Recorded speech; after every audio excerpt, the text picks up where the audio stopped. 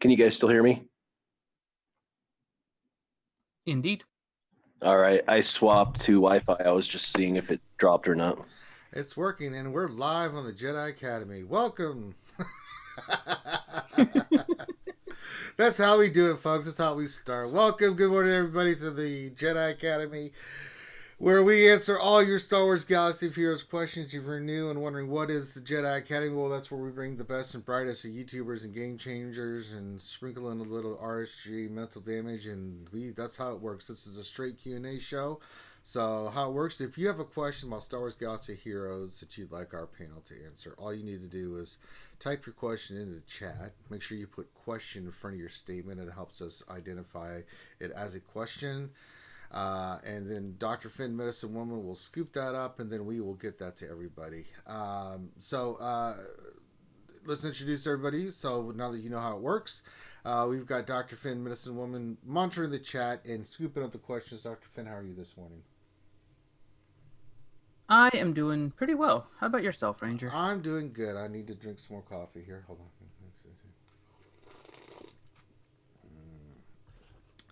The nectar of the gods. Also joining us so far, we are switching to Zoom. That's all you heard. Our good friend Warrior from Warrior Presents trying to figure out what the hell's going on. So we're using Zoom. So yo, what's happening? Yeah, see technology.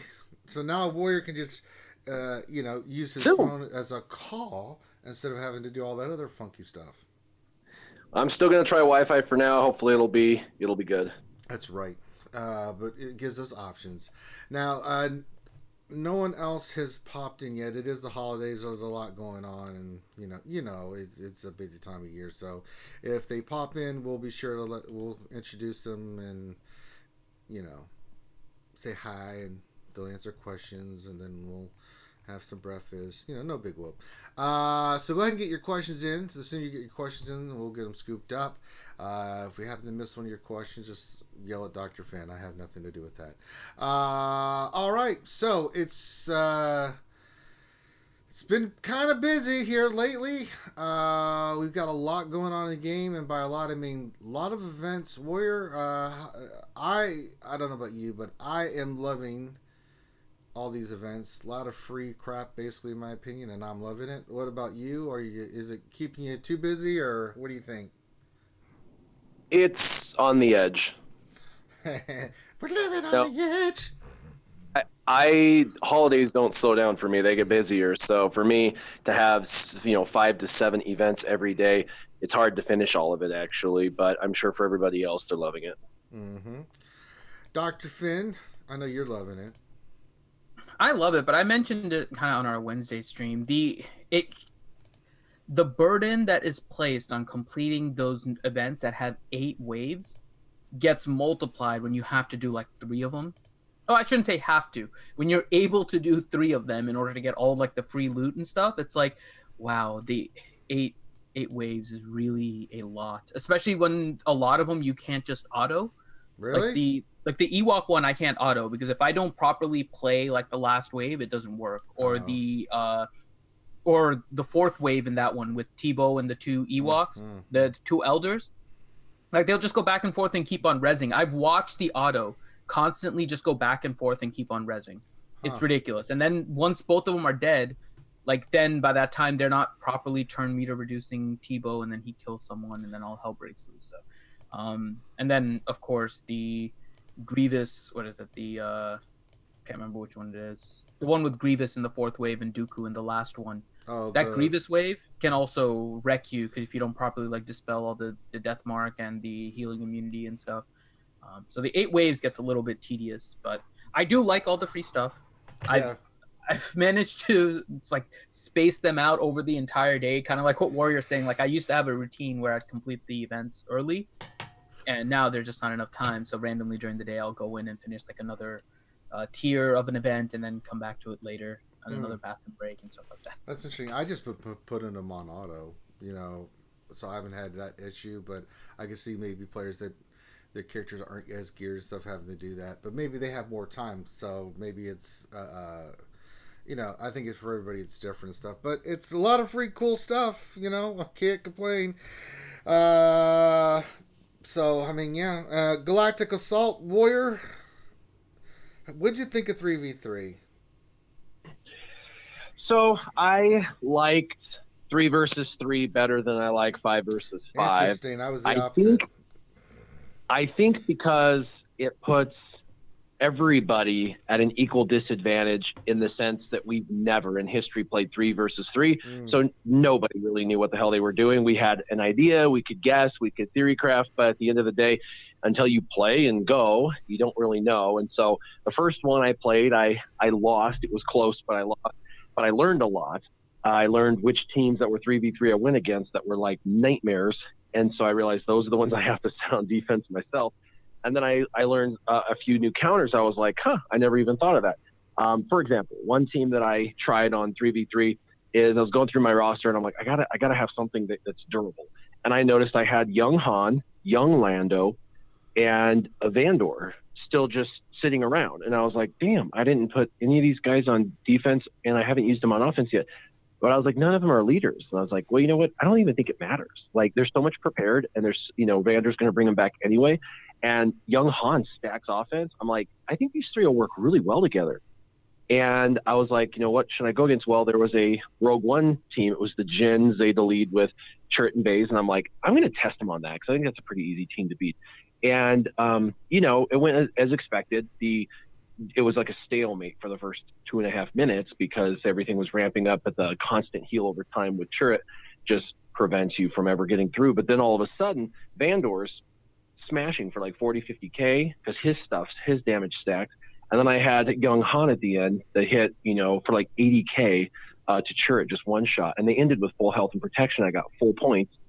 And I was like, dang. So what else can they beat? You know what I mean? Like, they beat a really resilient, durable Zeta team, even though it was a B-level team, pretty easily, without any real need of extremely good gameplay. It was just me stacking their damage until it got high enough that they were one-shotting everyone. And I ended with good points because they regenerated, the health and protection and stuff. So it was interesting to just try and theory craft like that. And then, so I won my second battle and then won my third battle.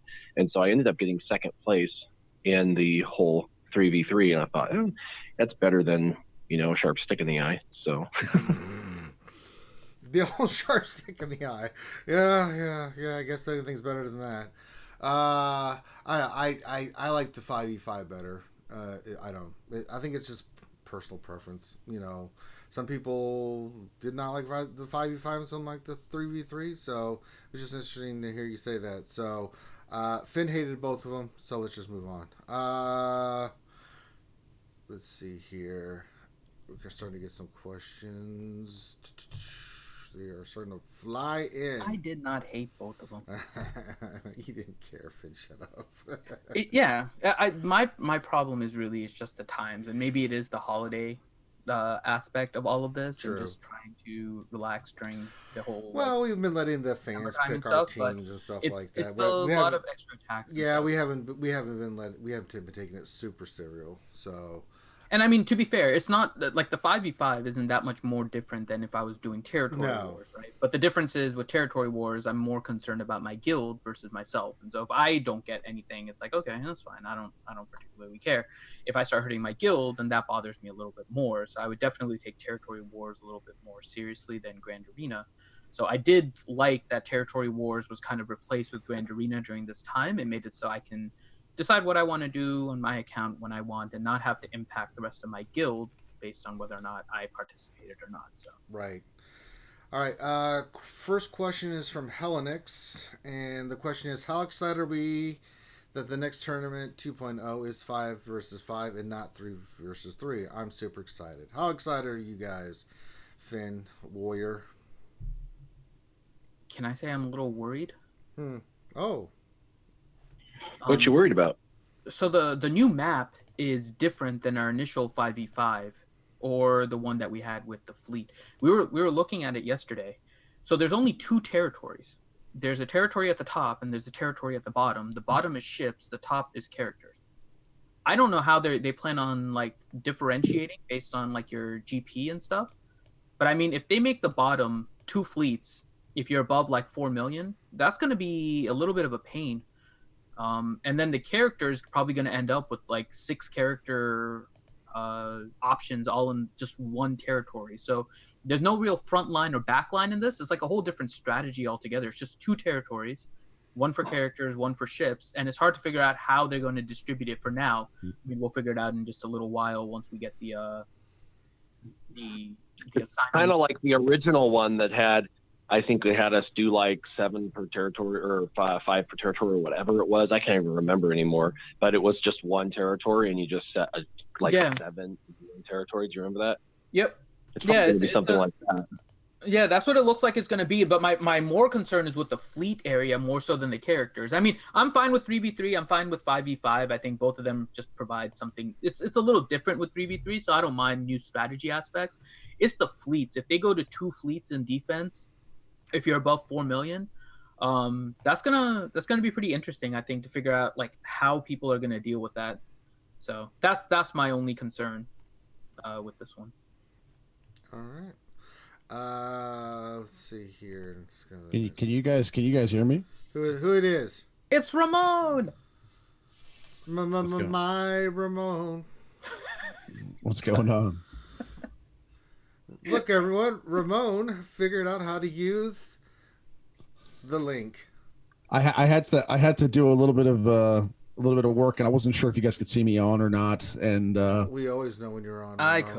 I could see you on. I was getting ready to introduce you, but you introduced yourself, which is perfect. Well, yeah, I'm sorry to join late, but I was like waiting for the call and I didn't see it. And then all of a sudden I saw like a note from Skype, and it's like, click on this link, and I'm like, all right. So I started to do some investigating, and here I am. Like we're trying to make you a drug mule or something. Get out of here, Ramon. Wait a minute. What is Finn and Ranger got me doing? Wait, what's this bag of cash? What is this? How was Christmas? It was good, man. How was your Christmas? I didn't even ask Warrior that. I apologize, Warrior. How was Christmas? Did you get everything you wanted? Ramon, how was your Christmas?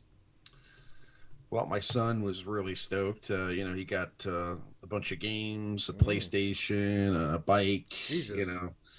Yeah, it was a good Christmas, a better Christmas than I've ever had for him. And I got to see him open those gifts, so that made my Christmas. And then we went to go see the tree in Manhattan, which was awesome. Mm-hmm. And we had a good time. Very nice. Warrior. Christmas was good. This year was a little bit different because normally we get pretty festive in my house and stuff, but I spent 3 weeks traveling and stuff trying to see my dad and all of that. And then he passed, and funeral plannings and burying him. So it was a little different this year. Didn't have a whole lot of time to kind of get in the holiday spirit. So we didn't even put a Christmas tree up. In fact, my wife felt so bad for the kiddos that she put up like a Charlie Brown tree, like this tiny little bush in the living room. I actually took a picture. It's actually kind of cute. Did y'all do the... Did y'all do the Charlie Brown thing where you sit around going, Yeah. So she got like a little bush tree thingy from downstairs because she has over 140 plants in the house. Ridiculous. Yes, but she found one of the biggest plants she owned, and then she put it on a table upstairs in the living room. And then I only had 1 day off before Christmas in like 6 weeks. I took that day off to shop and wrap presents, and then we put them all under that tiny, tiny little tree. It was really adorable, actually. So, but we had a good time. We had family time, and the one thing that you get when someone dies is you get a unexpected family reunion that you get to see all the family you haven't seen in a long time, and that was good. So that was good. That was absolutely good. All right, Ramon, are you ready to answer a question, sir? Yes, sir. All right. This is from Paul Morgan, and the question is, what team composition works best with Juhani? Well, my opinion is that Juhani works great as a replacement for Kenobi on a Jedi team with Revan. So I think that Revan lead, Grandmaster Yoda, Jolie, Bastila, Juhani. There you go. And you use General Kenobi on another team. Right. Because you can still use the General Kenobi Zera's team, I just think that the added synergy of the Old Republic kind of helps out, and and she's a really good tank, and she's also something different. And I think that you'll see a lot more Juhani in those Jedi teams when she becomes more readily available. Yeah. All right. Next question from Tony Bobby. We're going to give this to Dr. Finn Medicine Woman. Question: what is with the trash rewards on Galactic Grain Arena 5v5? God. Okay. So it's a softball question, Finn. I know, and so I want to.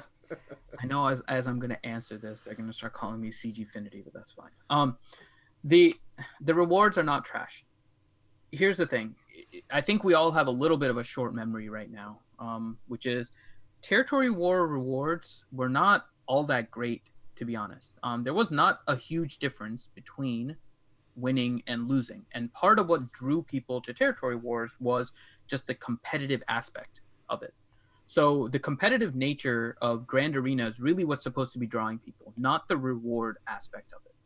And even if you look at the rewards that are being given in this 5v5, you're getting some regular Omegas. And to be fair, they probably could increase the number of Omegas a little bit. The Omega numbers do seem a little bit low, but the main reward are the ship Omegas. And ship Omegas are still kind of fairly rare in the game. Now, there's not a lot of ships per se that people are really working on. They have their set ships for Arena, and then everything else you're just kind of building up your collection if you want kind of that second or third fleet for some of like Grand Arena or Territory Wars, where you may use that. For Arena purposes, there isn't a huge use for it. And so ship Omegas are fairly rare. Their use is somewhat limited, but I'm pretty sure they're going to be coming out with a lot more ship stuff coming out soon. Like that's the direction everything is moving right now.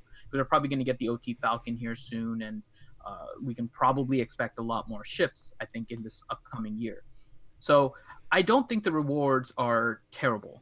I think Grand Arena was never designed to be something that's like just a crazy amount of rewards. What it was a way for people in a one-on-one atmosphere rather than a group atmosphere to express whatever competitive nature they had with regards to Galaxy of Heroes. And so that's what it's providing you. If you're doing all these things in order to get like crazy amounts of rewards, then you're looking at the wrong thing. That's what events are for. The events which come very periodically are the ones that give you the best kind of rewards for little time spent. The stuff like Territory Wars and Grand Arena are more just to fill your itch for competitiveness with other people. And while they could increase the character Omegas, I think the rewards are fine for 5v5. Okay. Next question for Warrior. This is from JLY9. Question: Warrior, what are some offense and defensive Grand Arena and Territory War teams that use Zalbar and Mission? Well, there's many different variants, but obviously because they're scoundrels, having a scoundrel lead, so a lot of people use Kira as the lead, and then Mission and Zalbar, and you can use that in the 3v3, which I do, or you can a team I like better, and you could use this in a 5v5 or a 3v3 is Karth Onasi as the lead, but you have to Zeta his leadership, but he brings about this insane amount of durability. In fact, on all the last wars that I've done, the only team that got more than 2 defenses was my Karth Onasi lead Mission Zalbar team. 6, I think, on the last one. So he spent all the remaining energy in that team. And what's funny is Karth for me is only 4-star, Gear 11, because I just free to played him. I just took him up as fast as I could free. I didn't want to spend any money on buying his pack, his $12.99 pack, and his you can't get his gear past a certain level at level 11 when you don't have his star level up. So I just I bought the $9.99 pack, but I didn't do anything else. It was all just grinding. And so he's not like super powerful at 4-star Gear 11, but with his Zeta, he's completely and utterly viable, especially with Mission and Zalbar combo. And I now have all 3 Zetas on all 3 individuals, and I think that's why I got 6 defenses, because with 3 people, it's really hard to beat. But when you go to the 5, obviously you want to continue that Scoundrel presence. So, this is where other Old Republic and or Scoundrel characters are going to really play well with this team. Juhani and some of those others can become secondary tanks and still benefit from the leadership of Karth with the regeneration, and Juhani underneath Karth. It's a pretty awesome combo because of all the protection and health regeneration, and then she goes stealth when she goes under health, and then Zalbar then taunts because Juhani went under health, and then he's got retribution and hitting, and she's regaining protection, and next thing you know, they're trying to hit her again because she's taunting again, and she's almost full health and protection again. And it's like, are you serious? And so it's one of those mishmash, can't kill one because the other one protects, and then you got to go focus on this one and focus on that one, and it takes a very specific set of tools to beat it. You've got to have a lot of like buff immunity and turn meter manipulation and stuns that can actually land. So if you've got high tenacity characters, it makes it really difficult. So yeah, the Old Republic style or Scoundrel style teams, but Kira lead, Karth is a great lead for those teams. Without the Zeta, he still works as a lead. It's just not as impactful on defense. And then as far as countering that, if you're running into that, a good team to utilize to go against that is actually First Order. I think we all kind of know how to beat First Order. I think most people see it. It's a standard, kind of a staple on defense. And so they've come to this point where they know they either use their JTR team or their CLS team or their whatever. They've got a staple, their Ewoks if they're good enough. And they use a team that they know they can beat most First Order with. So because of that, most people have like that meta counter that they can use to beat it. And so kind of why waste First Order on defense when you could use them on offense, and they work really well against those Scoundrel style teams. Just FYI. All right. Next question for Remon. Well, it's kind of a simple question. I'm going to give you another one after this. Question: how many credits do you have saved? I'm at 90 million. Yeah. Right now, I have. Tell you.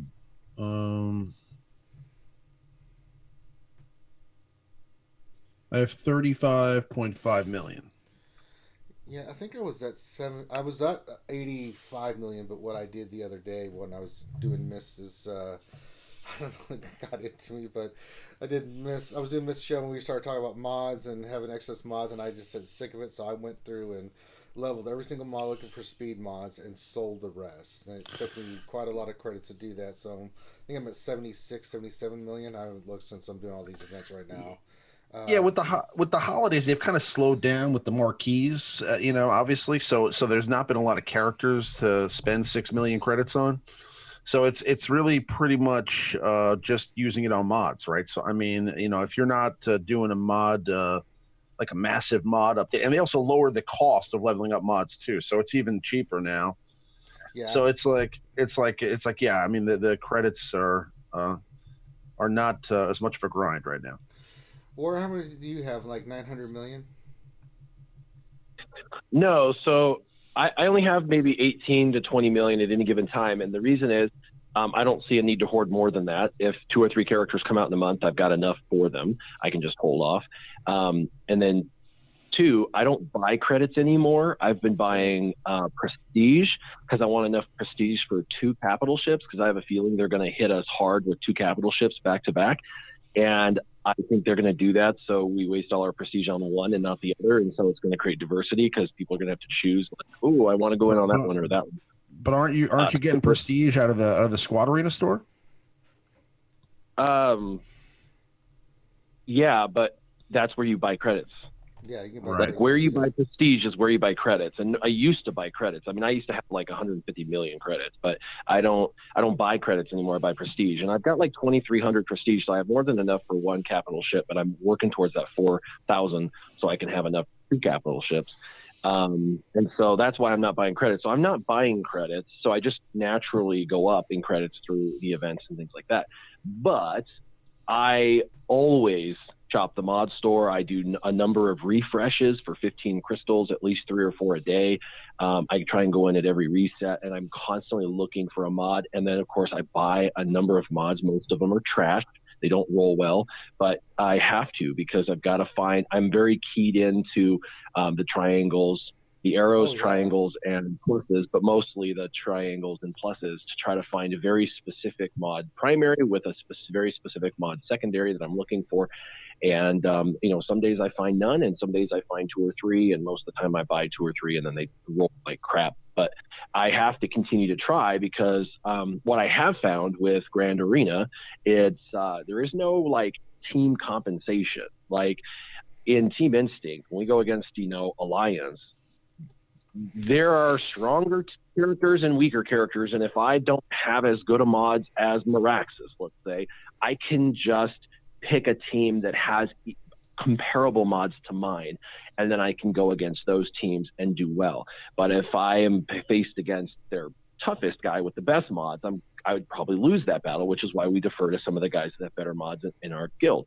Well, in an individualistic Grand Arena, that's not a choice. It's me versus them. And I do those, those bots where you can pull like mods and stuff. And what I have found is I am wanting. I do not match mod-wise up well with other people. Now, since the inception of mods, I've been trying to get mods. I think I'm like everybody else, but there is a little bit of luck there, and a lot of bit of spending money. I mean, I know a lot of people that spent upwards to 20 grand on mods when mods first came out. I never did that. So my mods are a little bit sad. I've got the last guy I went against that I lost. He had 1,000 mods over 15 speed. I have like 200. So it was like a 5-to-1 ratio. Like even his slowest teams were in the 240. All his characters were like 240. And I'm like, oh my God, like how am I going to win? And so it was overwhelming. So I buy mods all the time because I desperately need to find that magical 21 mod and that magical 18 and 17. I'm looking for that speed. I'm looking for offense. I got an offense mod that rolled. It actually rolled. I got 186 offense on one mod. I'm like, yay! That's awesome. So I guess my frustration with mods though is it's like all those really good rolls happen on a health set. It's like, are you serious? So many right health now. Are you serious right now? Like I don't want to put a health mod set on this guy, but I'm going to because that's a good mod. I know. I was doing that with this the other day. Like all the, I had all these speed, blues and purples. Not one rolled speed secondary, but all my health ones were rolling speed secondaries. I'm like, really? God damn it! Stupid health, but now I have all these health mods that have speed secondaries. I'm like, great. Fantastic. Awesome. Finn, we know you don't have any credits, so I'm not even going to bother. I do. I'm of the same mindset as Warrior, though. You know what's better than saving up a bunch of credits to crystals. Get to level 90? Getting a bunch of characters to level 89 with much better mods. That's going to be a lot better. Yeah, I mean... So I'm saving like 30 million just to kind of keep enough for maybe my arena set, and then whenever like a couple new characters come out. So that's all I'm saving. Anything above 30 million, I'm spending does anybody remember what the cost was to get from level 84 to level 85? It was like I think 1.5 or 1.8 million to get to level 80, and then it went to like 6 million, like 5.8 million to get to level 85. So it was like an extra 4 million or 3.8 million, something almost 4 million-ish just to go 5 levels. So when they do a level cap increase to level 90, and by the way, that is imminent. Mm-hmm. You heard it here for sure. I've been calling that out. Like I said in the next 6 months ago. So I'm guessing sometime in the next month or two, they're definitely going to do a level cap increase. It's destined. It's going to cost probably close to 1 billion credits for your primary character sets that you use in Territory Wars, Grand Arena, and ship crew members. It's going to be nuts. I think it's going to be like a level 85 to level 90 would probably be like 10 million credits, 8 to 10 million credits. They better increase probably somewhere right around there. Yep. And, So I'll just keep hoarding credits then. The only time I'm using credits, like all my characters are level 50, but if I'm not using it or I'm not even looking at it, then it stays at 50. I'm not gonna just go, invest in it. Yeah, but so all these, so one of the things to consider though is you're not getting from level 85 to 90 in a day. I mean, it's going to take you time, so you don't have to save enough to get to level 90 right now, right? You just need enough to kind of start you off. But you're going to have time to accumulate credits because you're going to get credit heists in between. I mean, you're going to have all the events. You're going to have territory wars, territory battles. I mean, you're going to have a bunch of different payouts for credits between how long it's taking you to get from 85 to 90. I'll have a crap ton of credits. I'll be like, lick my butt, Finn. I can keep doing whatever I want. Well, if the way it happened last time is any indication, I mean, it should probably take us, it should take most people about 6 months to get to level 90. If that happens, it's not going to be like a 2-month thing. It's going to take a long time. Yeah, I can't wait. It's going to be great. It's going to be awesome sauce. All right, next question for Warrior from Faye Mock. Question: Happy holidays, Warrior. For the panel, I have modded high potency for Boba, Zam, Boss. No, I don't have Dengar, and I have high CC for Greedo in the Chewie event. What is the best combo for 7 stars? It's difficult because you don't have Boss and you don't have Dengar, which are he two said he critical. He does have Boss. Yeah, no Dengar. The thing with that level 7 is they go really, really fast, and a lot of times they kill a character, and so you got to restart until you survive the initial onslaught. The second thing is with Dengar, it prevents that R2 stealth, which allows you to actually target who you need to target and kill, which is Chewie. So you can't get to him. And so then you're fighting unnecessarily, and then you have to take a bunch of unnecessary hits, which kill all of your characters.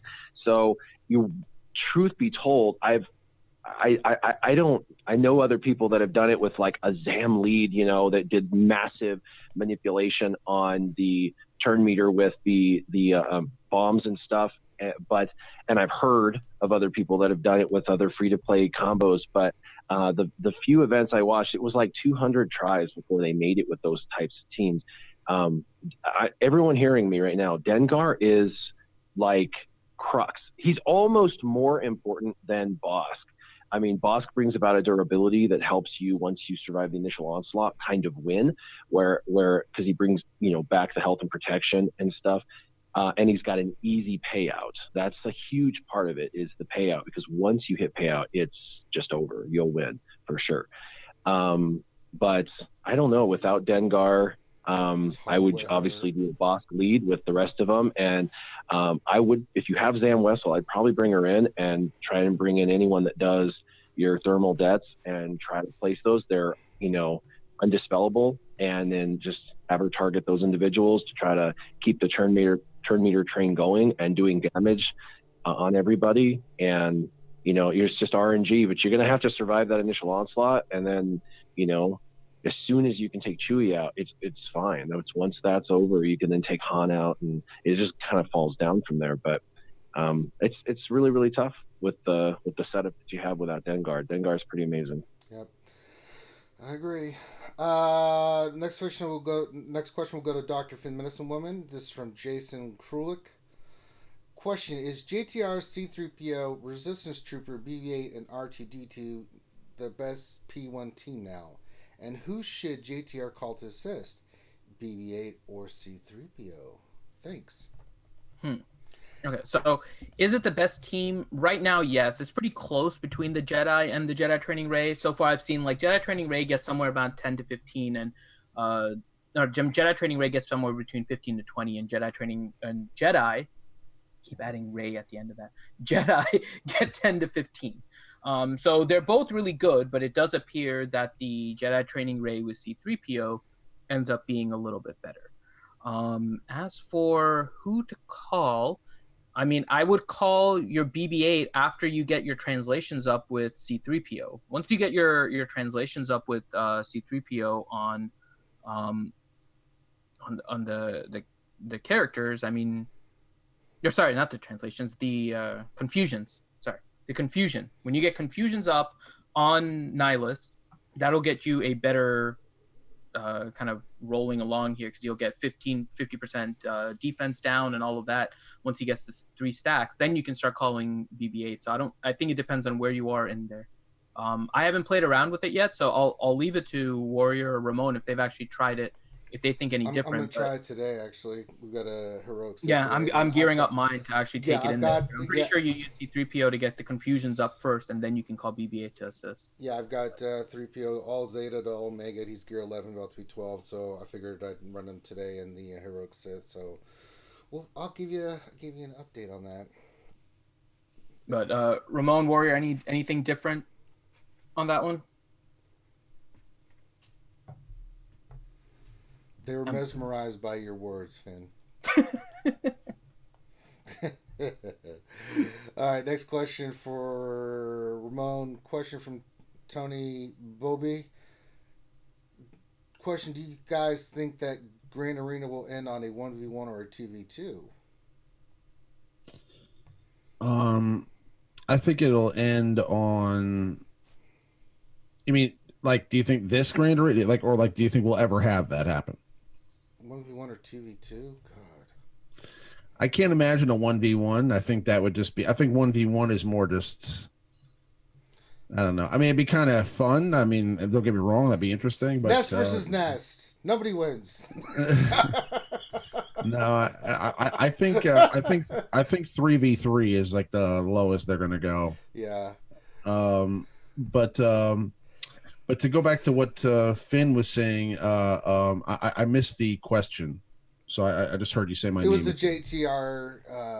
Yeah, it was for phase 1 of Heroic Sith. The JTR team, JTR, BB-8, R2, C-3PO, and Resistance Trooper. One, is it the best team in phase 1? I think right now it's a little better than the Jedi, but they're close, but it's a little better than the Jedi team.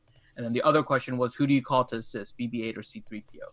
And I was saying you call C-3PO until you get the confusions up, and then you can start calling BB-8 to assist. Yeah, I would agree with that. You call C-3PO until everybody's kind of stacked with confusion, and then you and then I would say every time after that you call BB-8. Has anybody tried to run a Finn team in that phase? The problem is getting the exposes to stick with Finn, because Nihilus is still going to get his tenacity up. Yeah, so he's going to be a pain to get it on. Now you may be able to get it with the Rebels, but now you're only relying on the Rebels for the exposes. And I mean, that's what's kind of breaking the Traya, right? Because she's not gaining the tenacity up in phase 3. Yeah, so you're able to get a lot of the extra exposes and stuff too. So I think the Finn team would be more of a P2 team, if anything. Yeah, it could be P2. Yeah. Nihilus just gains too much tenacity. It could work for maybe a little bit, and then you'd be way reliant on trying to get those crit exposes from the C-3PO Rebel combo. Mm-hmm. I really like that Bastila team too for P2. I mean that's a fun team to play too. So I mean, or you could run. I mean, there's a lot of options for P2 though. So yeah, but yeah, no, I would say I agree with Finn. All right. Next question. Well, these kind of tie together. So, Warrior, we have a question here. One from David Lee. Question: what are some of the best 3v3 options for C-3PO? As I found it challenging to find a good spot. Well, that's actually a really good question. I've tried a couple of things. I tried RJT, BB-8, and C-3PO. I've tried Finn, Poe, C-3PO. What I do know is you want to use him on offense because you want to make sure that he's maximized and is used as a control piece, because that's what he was built for. They literally stated that that's what he's for, but that's what his kit literally is. It's control. So you want to use him on offense, and you want to use him with resistance more than likely, just because he's great with those resistance teams, RJT and Poe and Finn, things like that. So that's what I have personally tried him with to try and get my benefits.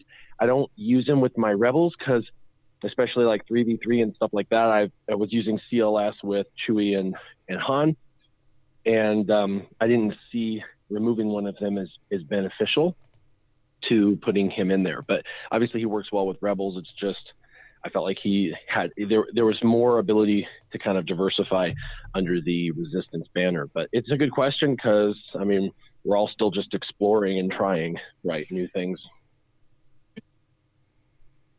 All right.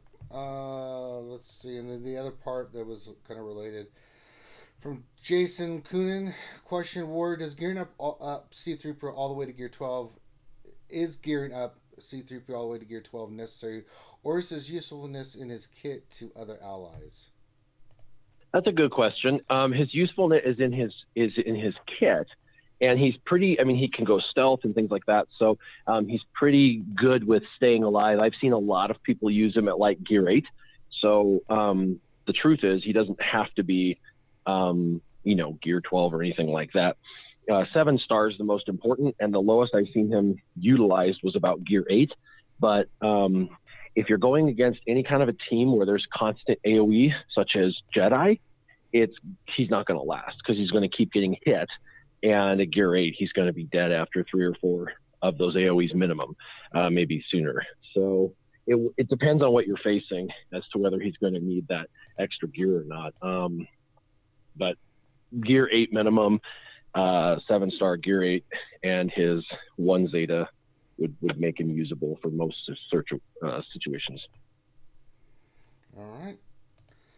Next question will go there to Dr. Finn. David Hernandez 93. Are there any Sith that became Jedi like in the Star Wars? I'll leave that to you, Ranger. I'm not. No, anything. I mean, not after the Old Republic era. I mean, you had the Brotherhood, you had some other things. Not that I'm aware of. There's nothing that pops in my head of canon. There was one Sith that kind of believed in using the light side of the Force, but never really was a Jedi. There's nothing in the canon, in the EU or current canon, that suggests that there was ever a Sith that left the Sith way to become a Jedi. I guess as old Yoda used to say, I mean, there were some that got redeemed, but the rule of 2... Did Luke kind of go back and forth? Because didn't Luke He never really fell to the dark side. He was tempted. He kind of went there a little bit, but he never, embraced it, I've never heard of anybody starting as a Sith and then becoming a Jedi. I mean, there's some in the Old Republic. I mean, you play a character that can do that, right? But once the rule of 2 kind of kicked in, the Sith, they were all in, and that philosophy stood through all the EU stuff that I can think of. Even I can't think of one. People are saying Bastila and Revan, but didn't they go Jedi to Sith and then back? Yeah, they were Jedi first that fell to Sith and then became that got redeemed a little bit. I mean, Revan was a little bit different. I mean, Bastila fell and was redeemed. I mean, the Old Republic, yeah, but past the Old Republic, after the Old Republic era, I mean, there's not a whole bunch of stuff. The other stuff was the Brotherhood, but they were fully Sith. None of them ever went, Jedi that I can think of. And then after that, after they were wiped out on the Battle of Hoth, then you had the Rule of 2 with Darth Bane starting that, and that lasted for 1,000 years. So I know that one of the Rule of 2 Sith, and I can't think of his name at the top, kind of embraced the light side a little bit to augment what he had learned in the dark side, and believed that they needed a little bit more balance, but that ended up being his downfall because of the Rule of 2. But yeah, there's no, other than the Old Republic, there's nothing like that. So, all right, I'll give you another one, Finn, and it's not. It's not something you're gonna have to worry about anymore anyway. Because after Kylo Ren and Rey, if it's in the past, kill it if you have to. That's right. All right, Finn. Christo Mentos question: is there a reason to gear Hermit Yoda past gear 10? How important is it to do or do not Zeta? HSTR centric, and we'll revisit after getting Revan. Sinks gear quest versus C-3PO. I think we kind of covered C-3PO a little bit with what Warrior said, but what do you think of old Hermit Yoda? Yeah, we covered C-3PO a little bit, so I can go through that briefly. But starting with Hermit Yoda, is there a reason to go beyond Gear 10? I mean, yeah. I mean, it recovers a lot of his, like, it makes him a little bit healthier. It makes him survive a little bit better. Do you need to? No. Gear 10 is pretty much what you need, because once you get to Gear 10, you get the ability to place 2 of those Mark 6 detonators that give him +6 speed. And that's pretty much, I mean, you get another one once you get to Gear 11 too, but you're close to maxing out his speed at Gear 10. So if you go to Gear 10 and you stop, your Hermit Yoda will definitely be usable. He also can go stealth, and then he gets 100% evasion, so he becomes very difficult to kill even with AoE. You need an AoE dispel of some kind in order to get rid of it. So Hermit Yoda Gear 10 is definitely usable in most areas of the game. The reason to get him higher is if you're using him in something like Arena or something where he may get dispelled and then targeted, then you'll want to do it. Similarly with Do or Do Not is a very interesting Zeta. I have it, but I find its most use in PvE, particularly in the Sith raid, because as you get down to the end in like phase 2, where I typically use Hermit Yoda the most on like 3 different teams, as things start to die, it recovers his master's training, and then he can re-stealth, and keeping Hermit Yoda stealth is really important. But in a lot of the other teams, like in Revan and that kind of stuff, you have so much other stuff going on that if you're targeting Hermit Yoda, chances are you're doing something wrong, because Grandmaster Yoda is going to kill you, Revan's going to kill you, Bastila is going to kill you, and Jolie's just going to res. So Do or Do Not is a nice Zeta. Is it critical for Hermit Yoda? Probably not. Strength Flows is really the one that you need for the protection recovery, so that would be kind of the situation for Hermit Yoda. Then as for C-3PO, C-3PO benefits from both of his Zetas. Again, you actually really don't need either Zeta per se. It gets you all the stuff you need faster. So, oh my goodness puts on the Confuse, so it gets a little bit faster. The other one, the Wait for Me, starts to get your translations on R2 and C-3PO faster. So it speeds up C-3PO, makes him more usable. If you're using him in Arena, then I would say you want those Zetas. If you're not using him in Arena, then in PvE, you have enough time to get your translations and your confusions up, so you don't have to worry about his Zetas as much. That's science. The only 2 cents I'd put on that is I know a lot of people say he doesn't need Gear Pass 10 because of that, but just remember at Gear 12, you get to put 2 Gear 12 Plus pieces, which add another 12 speed. And for someone like me that doesn't have like the competitive mods at times with certain people over 5 million GP, like sometimes my Gear 12 Plus is the difference maker to get my guy fast enough, especially if you want to mod a character differently and you want to try and take some of those speed mods away to put an additional type of style. The Gear 12 Plus pieces can really help compensate for either not as good mods, or if you want to focus more on modding a certain thing versus speed. I was actually going to say the same thing, but besides that, also with characters like Hermit Yoda, who have health percentage based bonuses for the team, getting them a higher gear level will help out with their base health. So you'll get a better percentage bonus for the team. Like I think doesn't everybody get like a percentage of his health? No, they get it of their own. Of their own health? 20% health on his strength flows of their own health and protection, and then they recover 5% of their own health and protection. He's actually one that doesn't have any health, which is weird. I expected him to. He doesn't. When he heals, it's not percentage of his health? They recover 10% of their health and protection. It's not based on his health. Okay. Well, then I'm wrong. Well, what can help, though, so maybe this is part of it, though, they do normalize, like his strength flows normalizes, right? So if his health pool is higher, then it normalizes a little bit higher as well.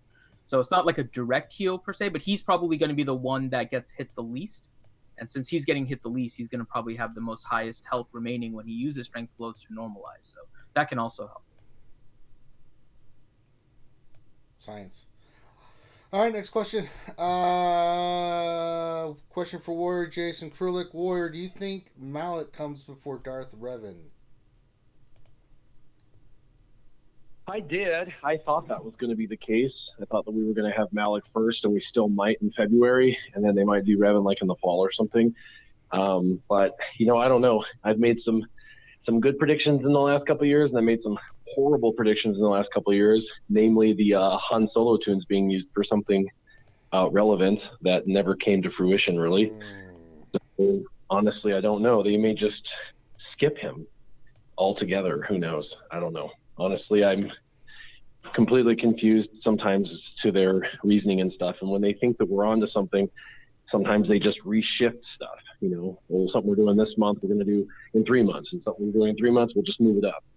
Which is why you get some Old Republic, and then you get, something else, and then you get something else, and all of a sudden you get another Old Republic. And you're like, what?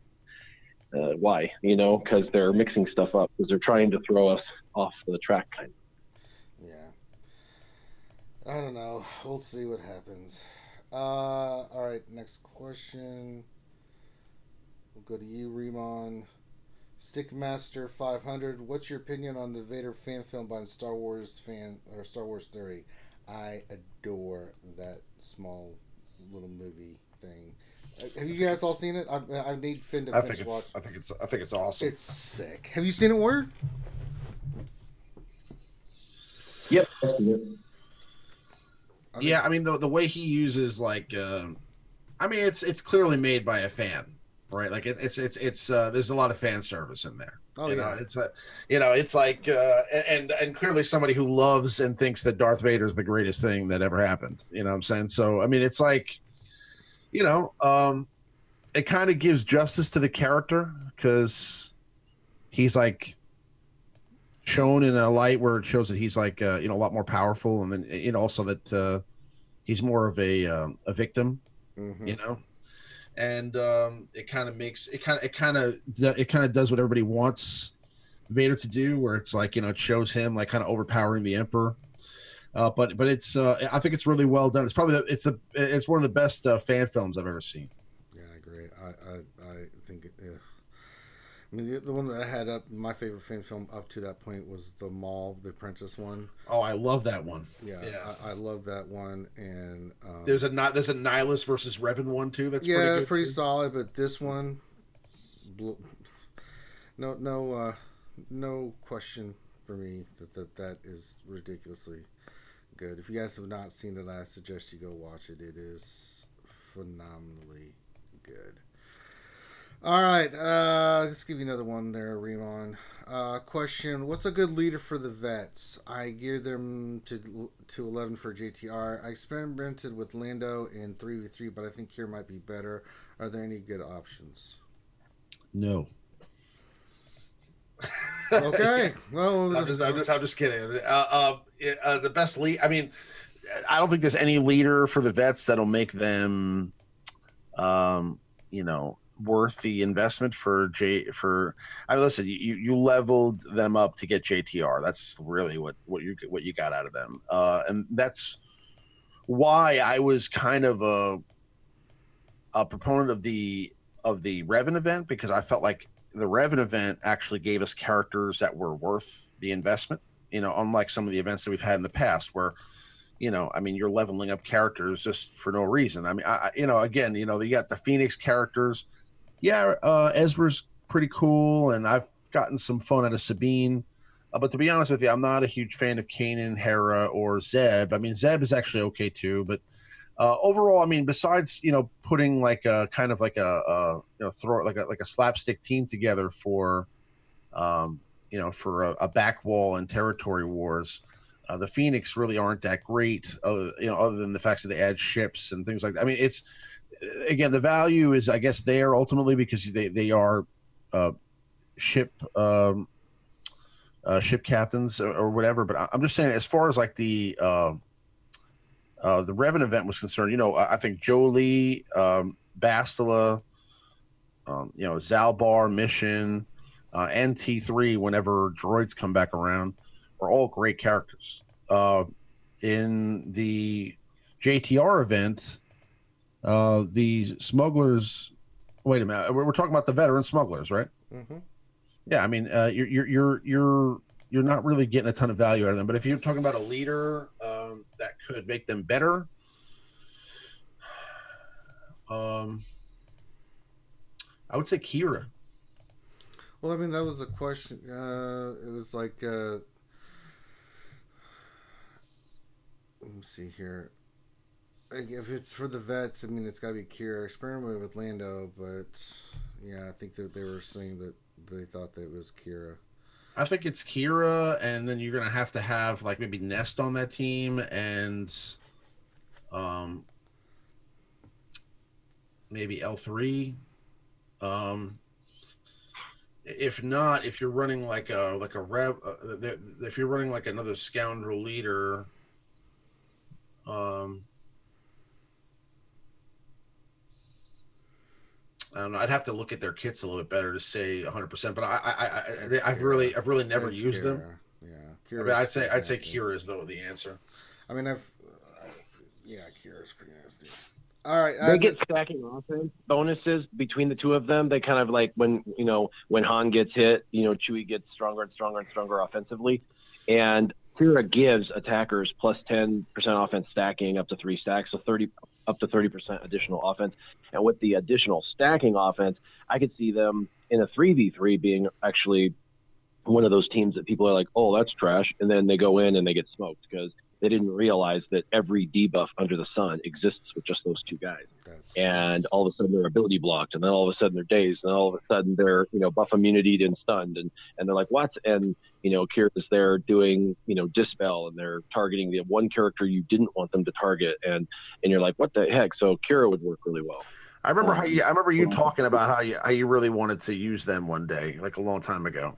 I've used them in 3v3 on offense. I've used them in 3v3 on offense. I just use them as a cleanup team because I'm still nervous to take in and like lose with them. So I always take them in on a team that I feel like like if I lost the first time, or if it's like a crappier team, like a filler team, then I'll take them in against them. But I don't really want them to go against meta or anything, because a lot of times I'm pretty sure they're going to just lose that. But they're between the two of them, they're both rated as attackers, and they both have stacking offense and protections built into each other, and they do basically every non-unique debuff that's available between the two of them. So it's pretty good. Specifically for that warrior, that's why I was thinking a good leader for them, because they're also going to be scoundrels, is going to be Jango Fett. Because he ends up being a leader that gives all the enemies negative 40% tenacity plus 30% speed to the veterans. You can start laying on those debuffs really quickly with a Jango lead. And Jango himself is just annoying as hell anyway. So that would be... And he gets speed. Too. All right, next... That would be interesting. Let's see. Question. There's 2 for Warrior here. First one's from Thoka. Question: Warrior, do you like Mission Zeta? Yes. Next question. All right. You're here, folks. First, Warrior likes Mission Zeta. And she hits harder and harder and harder throughout the battle, because it gets bigger and bigger and bigger. She gets worse and worse and worse to face. Obviously resets if you lose, but you put the Zeta on her, and she's going to go more frequently, and you start to see her crit chance going up and crit damage going up, and she starts hitting for 30 and 40 and 50, and she's countering. You hit Zalbar, and then she's like, blink, you're dead. And you're like, what? Mission hit me and killed me? Like, I thought she wasn't good, because that's what everyone said when she first came out. And you're like, oh my God, she hits for a lot. Now, her first couple shots are probably non-crits and probably are only for 12 to 20K. And you're like, that's not a big deal. But when she gets ramped up, she's just one-shotting fools. And she goes under stealth, and you're like, I can't get to her. So, yes, her Zeta gives her the ability to do extra damage a ton. On the test accounts when we had them, I've seen her hit like up to like 70, 80K. Like with that bomb, she can do some serious damage. All right, and then the other part, next question for you, Warrior, was from JLY9. Question, Warrior, you mentioned earlier in the stream that you learned a lot from the first 3v3 Grand Arena. Can you elaborate on what battle surprised you the most? Thanks. Well, so this is not going to be a shocker. In fact, I made a video on 3v3, and I said, this is the team you should use on defense. And then the person used it on defense, and it took me by surprise. I was like, what the hell? I just made a video on how to do this, but it was the General Kenobi, Barasafi, Ayla Sakura team, and the counters to that are obviously like health and health down and healing immunity and buff immunity and things like that, stuns, because it's just control, and if you can get them from not healing, you can take them out. And there are a lot of counters to that, but I found myself accidentally using a lot of my counters in other teams, got to the back row, and then I didn't have but a couple of I had General Grievous as my health down healing immunity guy. And it was like, oh my God, I got to take General Grievous in to win this battle. And it was an absolute nightmare. And I actually, on that first time, I didn't clear it. That was one of them I didn't. There was 2 teams I got hung up on. And that was one of 2 teams I got hung up on that first round. And it didn't help that, his General Kenobi had almost 50,000 health, and Barris had over 55,000 health. You know what I mean? It didn't help that it was not just a good Barris GK team. It was an insanely good Barris GK team. And then, of course, he had 112% critical chance or something like that on his Ayla, and she was 140 speed. So additional. So she was going nonstop and critting 100% of the time, and every crit was a stun. So I just couldn't win for losing on that team. Now the second time I went in battle, and the third time for the subsequent second and third battles, I did win those on the first attempt because I kept my counters. But the Barris GK combo was definitely nasty, and it's one of those you're like, oh, okay. A good counter is Kylo Ren, Kylo Ren by himself.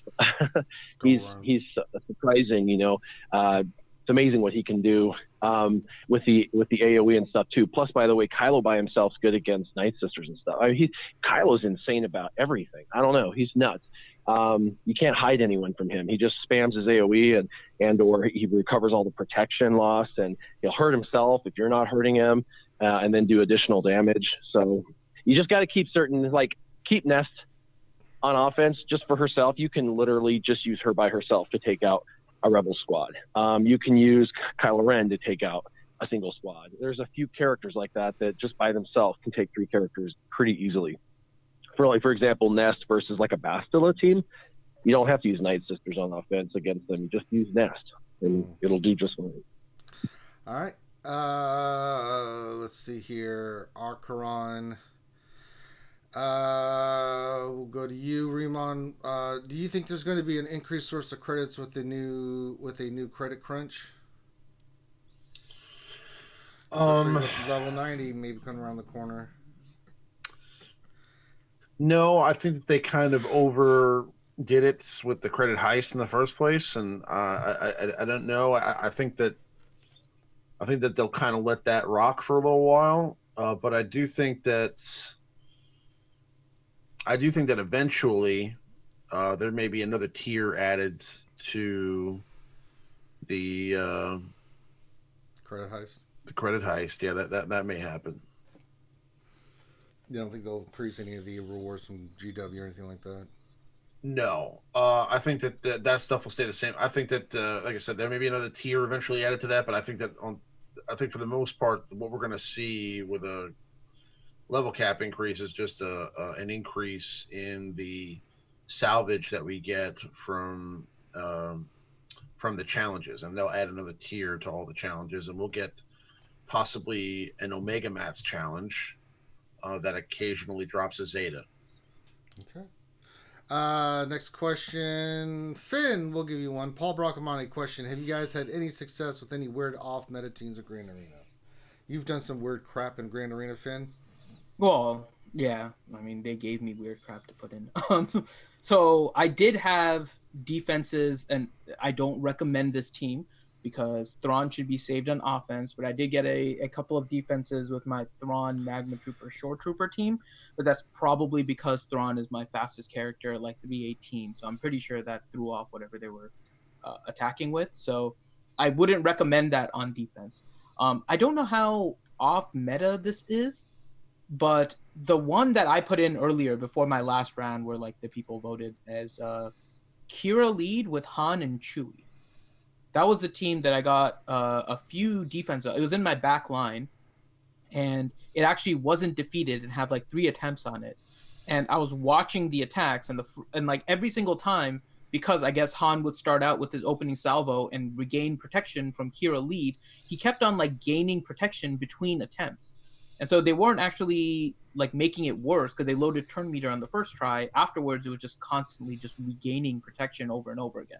So I don't know if you would consider that off meta, but Kira lead Han Chewie was the one team kind of off meta, I think, because I don't think typically you see Han and Chewie on the Kira team in other places. That was the one that I saw the most success with. All right. I don't know how much you consider like the Night Sister combos off meta, because that was also, I mean, I wouldn't consider that off meta per se. That one did work. I mean, you had a Daka, Zombie, and Acolyte being kind of an interesting team as well that would hold on defense. So that was another one. All right. Next question will go to our man, Scissorman Warrior. Red 5 question. On a CLS Chewbacca 3PO team, who should be fastest, R2 or 3PO? Oh, that remains to be seen. There's debate. I mean, obviously, if you have C-3PO going first, then he can start to lay down the confusion fast. However, he can lay down with a special 2 confusions instantly and call an assist, and those other individuals, if they're faster, can put up that buff, the translation buff, and then he can actually double stack their translations, giving them more bonuses faster. So it is, in my opinion, at this point, that he actually be the second to last in your lineup. If you're doing a 3v3, he'd be in the middle in speed, and if you're doing a 5 versus 5, he'd be the 4th fastest or the 4th slowest, whatever you want to say. So that way, because the last individual could be anybody, it doesn't really matter because he can give it to that individual. So I would venture to say that he's actually on a team should be relatively slower in comparison to the other individuals, so they have a chance to use their specials, get their buffs, and then he can double stack the debuff, which is kind of if you have a Zeta, because his Zeta does the 2 instead of just the 1. So that would be my opinion. If you don't have the Zeta, then you might need to just get him as fast as humanly possible so you can start using his basic to do that. All right, next question for Remon. Travis Anderson question. I pretty much have all factions pretty locked down except First Order and Imperial Troopers. Which of the 2 is the higher priority to gear up first?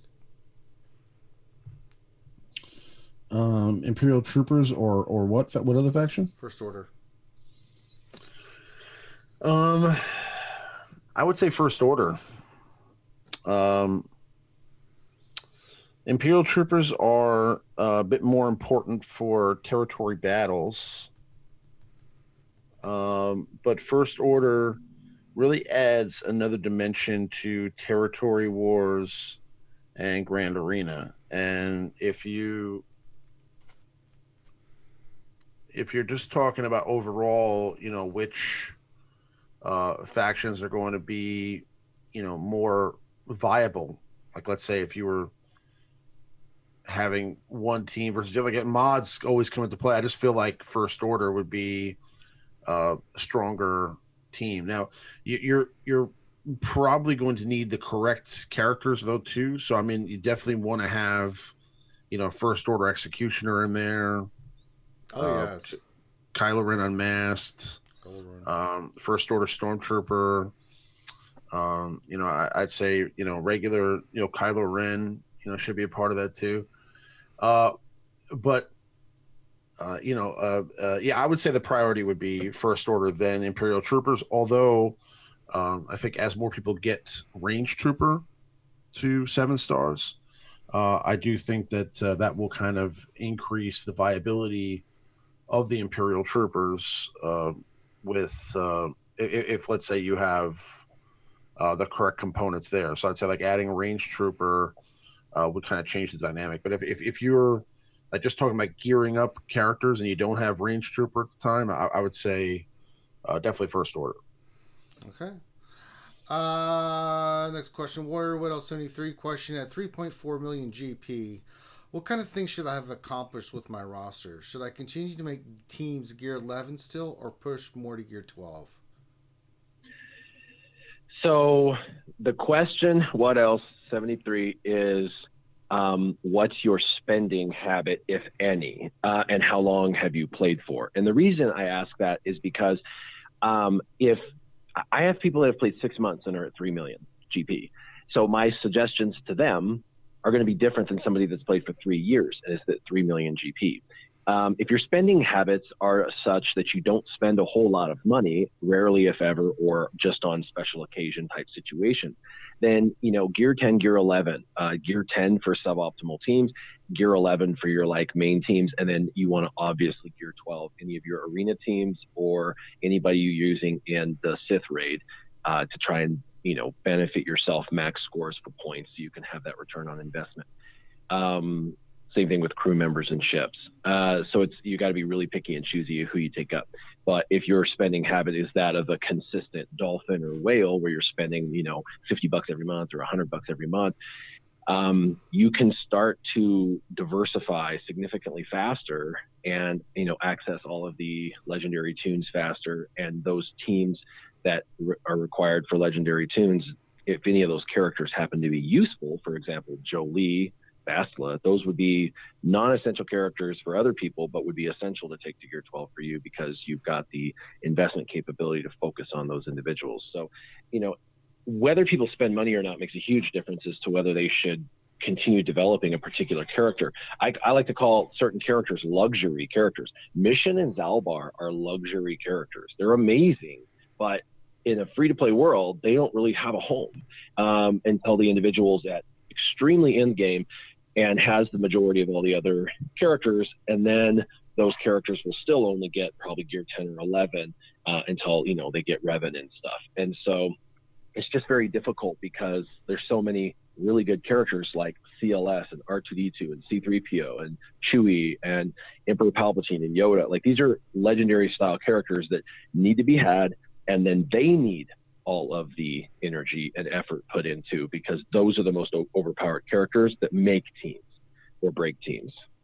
So it really depends on spending habits, but if you're not spending a ton, I would kind of settle with a lot of those other characters. And unless they're making you a huge return on investment, crew members, arena team, or Sith raid teams, those are the only teams I'd focus on going past, 10 or 11, because those teams are going to get you the best rewards for Sith raid, the best rewards for crystal returns in both arenas. All right, let's throw a question over to Dr. Finn, Medicine Woman from Kashmir. Question: if they increase to level 90, do we have to earn additional XP, or has our already earned XP been saved behind the scenes? No saved XP behind the scenes. You'll be basically starting from max level 85. So yeah, I should say just hitting level 85. So like 0 XP at level 85, you have to work your way through 85 to get to 86 and so on. So no saved XP. You get nothing from 85 on. Yeah.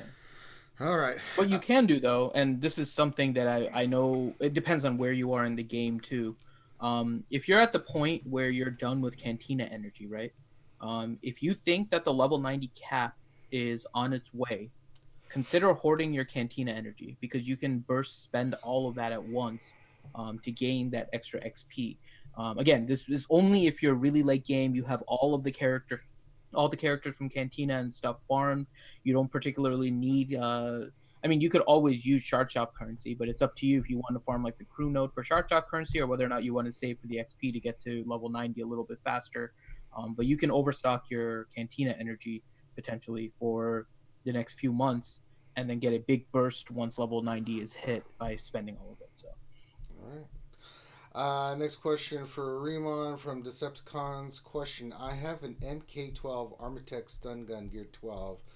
Should I use it on Vader, Boba, or Kylo Ren, Cool Mask one, or hang on to it for someone else? I would save it. Yeah, I would too. Yeah, I mean, I don't think any of those characters will need that piece right now. I mean, it depends on where your roster's at. I mean, if those are your best characters and or are part of your arena team, then yeah, if it gets you crystals. But if you just have a piece and those are your best options, I would hold off and wait for a better character. We definitely have some other characters that there's definitely some other characters that could use that. Yep. All right, next question, Warrior Jason Krulik. Question: what will the mythic raids look like? I.e., will they be stronger, more difficult to beat, or will they be a completely new raid to beat? I think that they were talking about possibly doing that, and there's a possible data mine that shows something like that. I honestly, they haven't communicated 1 ounce of anything to us, so I don't have any official confirmation or anything if that would actually happen. But I'm confident this next year they'll have to kind of create an additional tier on some of the other raids, because they've put all this energy into these raids. It takes like 6 months to build one of these raid things, and it's a lot of energy and effort. And then once we've mastered it, it's kind of trash. We don't care about it anymore. But if they take and add a tier and call it a mythic tier of the raid, and it gives better gear, we're of course going to launch it. And if it's significantly difficult compared to the previous tier, then it's going to be a new challenge, even though it was an old raid. So it kind of breathes new life into a crappy old raid type thing, and all of a sudden the raid's amazing again. So I see them doing this, especially in game for them. The next 2 years, they're going to have to breathe new life into some of that older content, in my opinion. And so I could see them doing that for sure. And I think what it will look like is things that we do to win aren't going to be available. For example, the Rancor. Everybody knows Rancor is all about turn meter reduction. You take away his turn meter, and he never takes a turn, and you can literally put CLS in there all by himself as long as he's over 240 speed, hit auto, walk away, 8 minutes later come back, and CLS is standing there just fine, and the Rancor is dead. That's no fun. Nobody cares about that anymore. But if you went in and the mythic Rancor was immune to turn meter reduction effects, instantly everybody has to now theory craft again and has to decide, how are we going to be able to beat this just from one tweak? And of course, they could tweak it a number of ways, giving him significant more damage output, giving him significant more health, so you have to do way more damage to him, being immune to turn meter effects, being immune to dots or any of that. I mean, they could tweak it to where, bottom line, this Rancor would be nearly impossible to beat on the mythic tier or whatever. Or they could make mythic tier difficult by saying you can only bring 3 people in, and he's immune to turn meter effects. And now you got a 3-person squad, and so you're going to do less damage output and no turn meter reduction. And so now you're going to use multiple teams again to have to clear it if you want those rewards. Now, the only way to make people care to do a mythic tier is if the rewards are what is sought after. So the rewards would have to be Gear 12 plus style pieces for the mythic. But people would care about the Rancor again if they could get Gear 12 plus and Gear 12 out of that, or mods out of that, or salvage pieces, or whatever. But if it was worthy, it would breathe new life into that. And then the highest end guilds that are just, they think this, they just launch them on auto and they don't even think about it, would now be like, let's do a mythic, and what teams are you guys using? And we would start to create that creative energy again. It breathes new life. And I could see them doing mythic tiers on all of the events, with of course Sith Raid being the last, because there's still many guilds that don't do the heroic Sith. Surprisingly, if you know the data, there's not that many that are actually successfully doing the heroic Sith. All right. Let's see. Next question for Remon. Let's see. Christo Mentos question: what non-speed arrows to invest in? Crit avoidance with what secondaries look for and absolutely skip. I would avoid them all. Okay. No. In all seriousness, there are certain characters that don't need speed. Like certain tanks, and in those circumstances, I would go with like a protection, like adding another 23% protection. Could be nice, especially if it has a nice speed secondary. So if it is like a protection arrow with, let's say, a speed secondary, I would hold on to that one. Also, depending on the set, be even better if it was like a health set. or tenacity set. But also,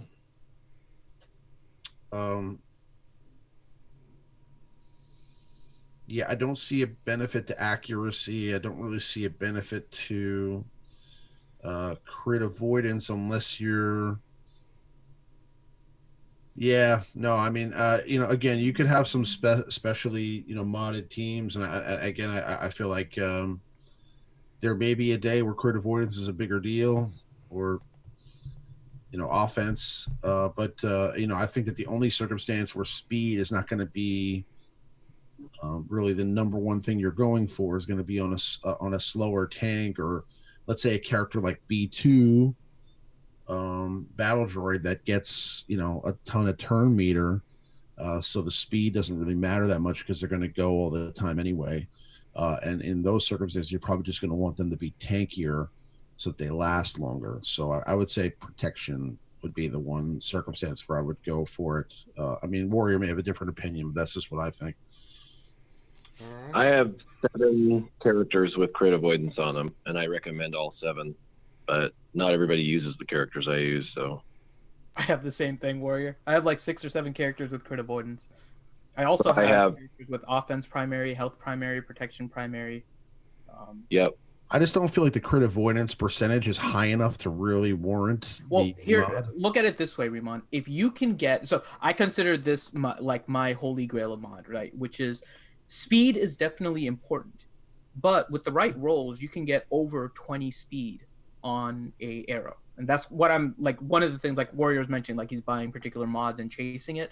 I'm chasing arrows with speed secondaries and trying to get them above 20. That's what my current thing is that I'm trying to chase. But there are a lot of characters that can benefit. Like for example, Crew. I love Crew with a health primary arrow with he has like 18 speed or something as a secondary on his arrow. Health can be useful on a lot of characters, and if you can get a good speed secondary, then you don't need the primary. Because one of the nice things about the arrow, and just speed in general, because there's only one spot to get it as a primary, is that you can actually get a speed if you have like the perfect rolls and everything. You can get a 30 speed arrow. Now, I haven't seen anybody with the 30 speed arrow. Supposedly it can exist. I haven't seen it, but a 30 speed can show up as a secondary. So why would you give up that and not get the bonus of a primary that you can't otherwise get? Right? So you can get additional health, you can get additional protection, you can get additional, and you may not find a huge use for accuracy, but you can get additional accuracy also. You can get crit avoidance, you can get offense. I use offense on my Han Solo because he just hits like a beast, and my mission because she hits like a beast too. So I mean, personally, I would say if you can get an arrow with a good speed secondary, then take whatever primary you can, because it provides you a additional benefit that you wouldn't get in a secondary stat. The only thing is you have to make sure it's not a speed-based character, like a Thrawn, for example, where you need him to try and go fast, or a Nest or something like that. Any character that's not super reliant on speed, but you need it to be fast, you can get a good speed secondary and then take something better with the primary.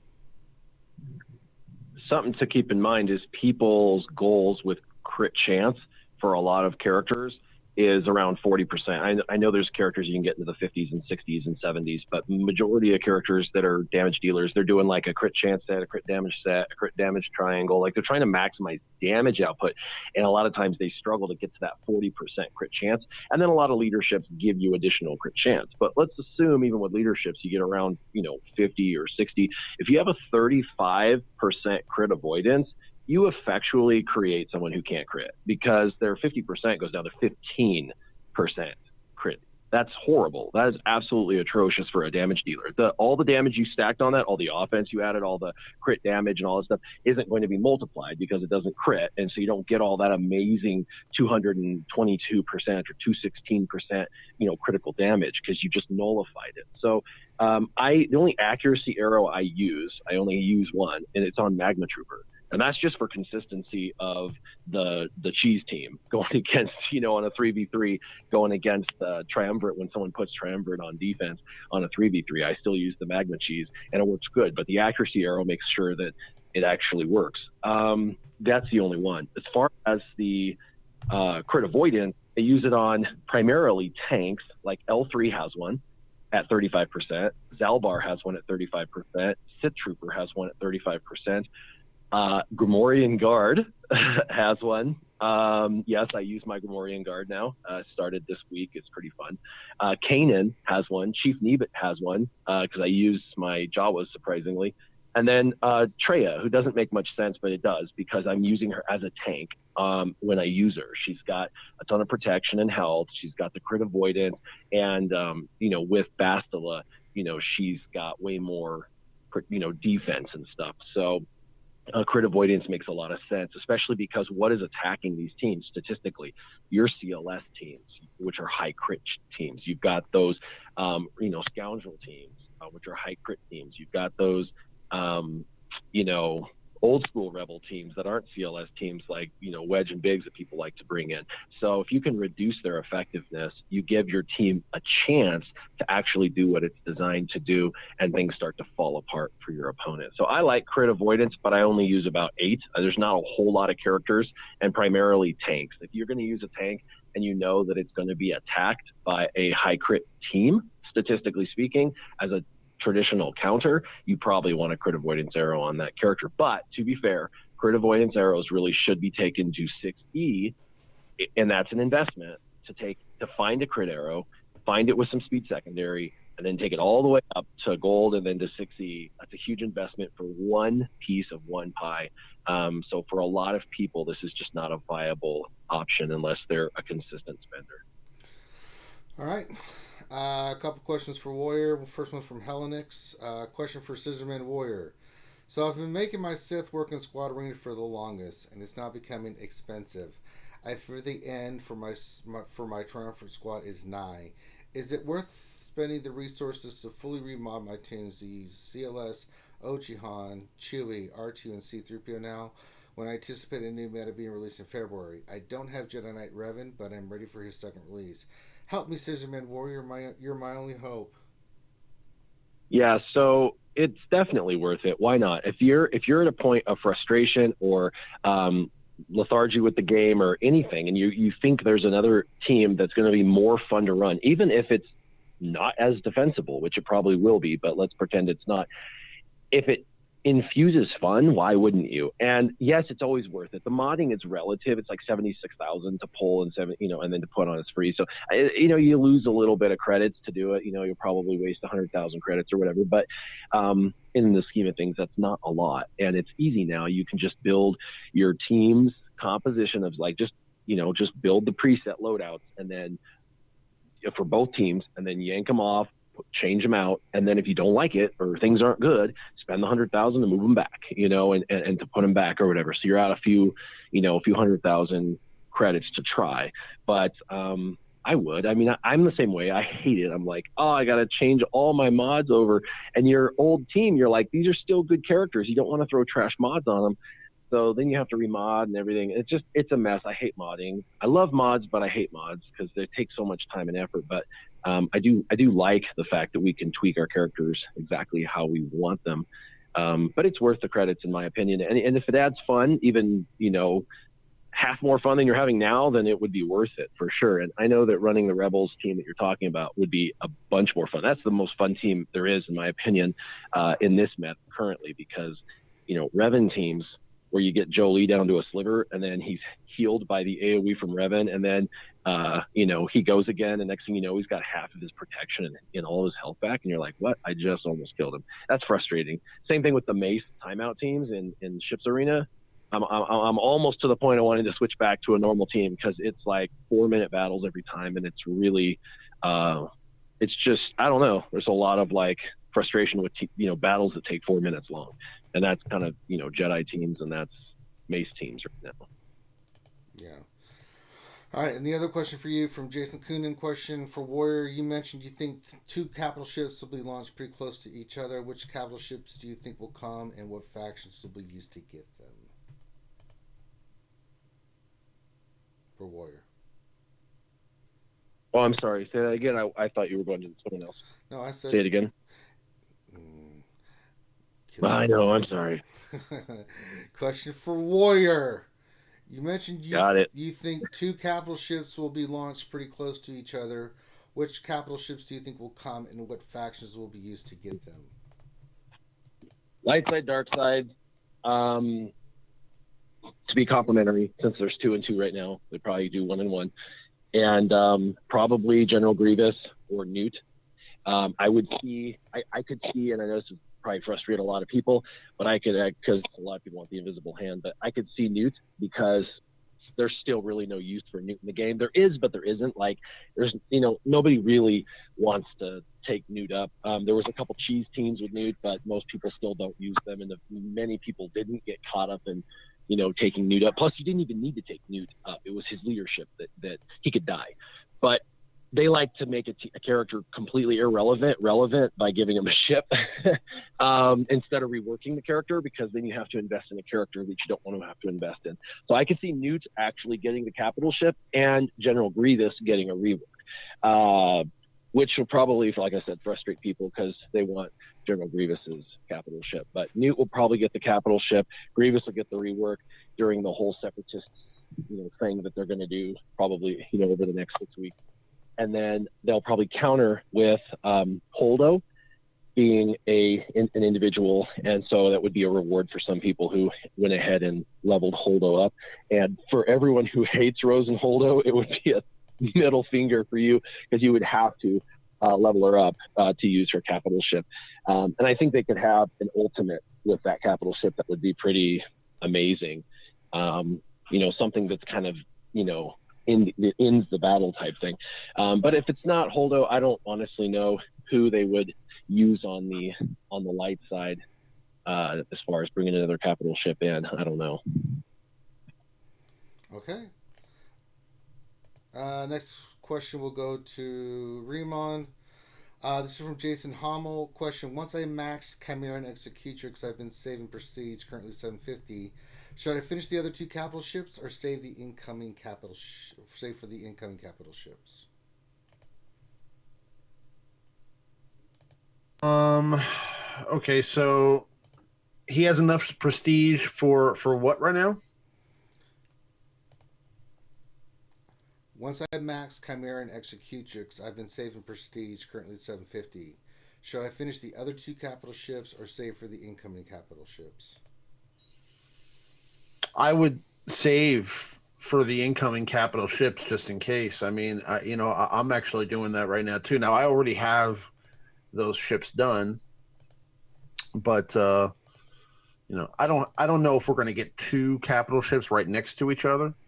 I think it'll be a little bit spread out, but I do think that Warriors on the money as far as us getting a capital ship very soon, because it's been a very long time since we've gotten a capital ship.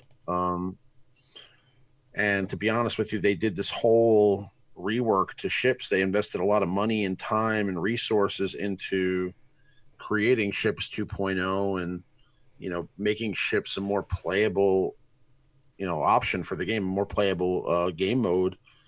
And I don't think they're just going to do all that and not add a whole ton of more resources. So we've seen now that they've added a lot more ships, and they've continued to add more ships. I think part of their game plan is obviously going to be, along with these new ships, to add new capital ships. So I do think that we'll see, possibly that Grievous ship, down the pipe here, and then maybe even I have a feeling we may get a Sith ship at some point as well. All right. Next question is kind of for all of us. Elliot Worsfold says, question for the panel: what is your Star Wars Galaxy of Hero highlight for the year of 2018? Well, I know what mine is. That's that I unlocked 3PO before Finn and got to enjoy his tears of pain. Finn, what was yours? Well, you unlocked it in the same event. I mean, it's not like... But I did it before you, and watching you suffer was glorious. Fine, mine was watching Ranger do Thrawn. Well, no, was that 2018 or was that 2017? I don't know if that's 2018, but I enjoyed it in 2018. Does that count? I watched it again. I think you probably mean the Chewbacca event, because I think I'll do Chewbacca too. Yeah, I'll throw that in there. Throw Chewbacca in there. Okay, there we go. Now let me see. What was my favorite moment in 2018? You know what? It probably was, and this is maybe just more of a guild thing, not necessarily specific to something in game, but it was the first time our guild managed to beat Heroic Sith. Yeah, that was a big event. I mean, we didn't get it initially. It took us like 3 months, and we were working hard for it. And when the first time we beat it, I think was like the most satisfying victory, because we didn't use mercs or anything. We just straight up did it ourselves. So I would say that was my most satisfying SWGOH moment. All right. What about you, Warrior?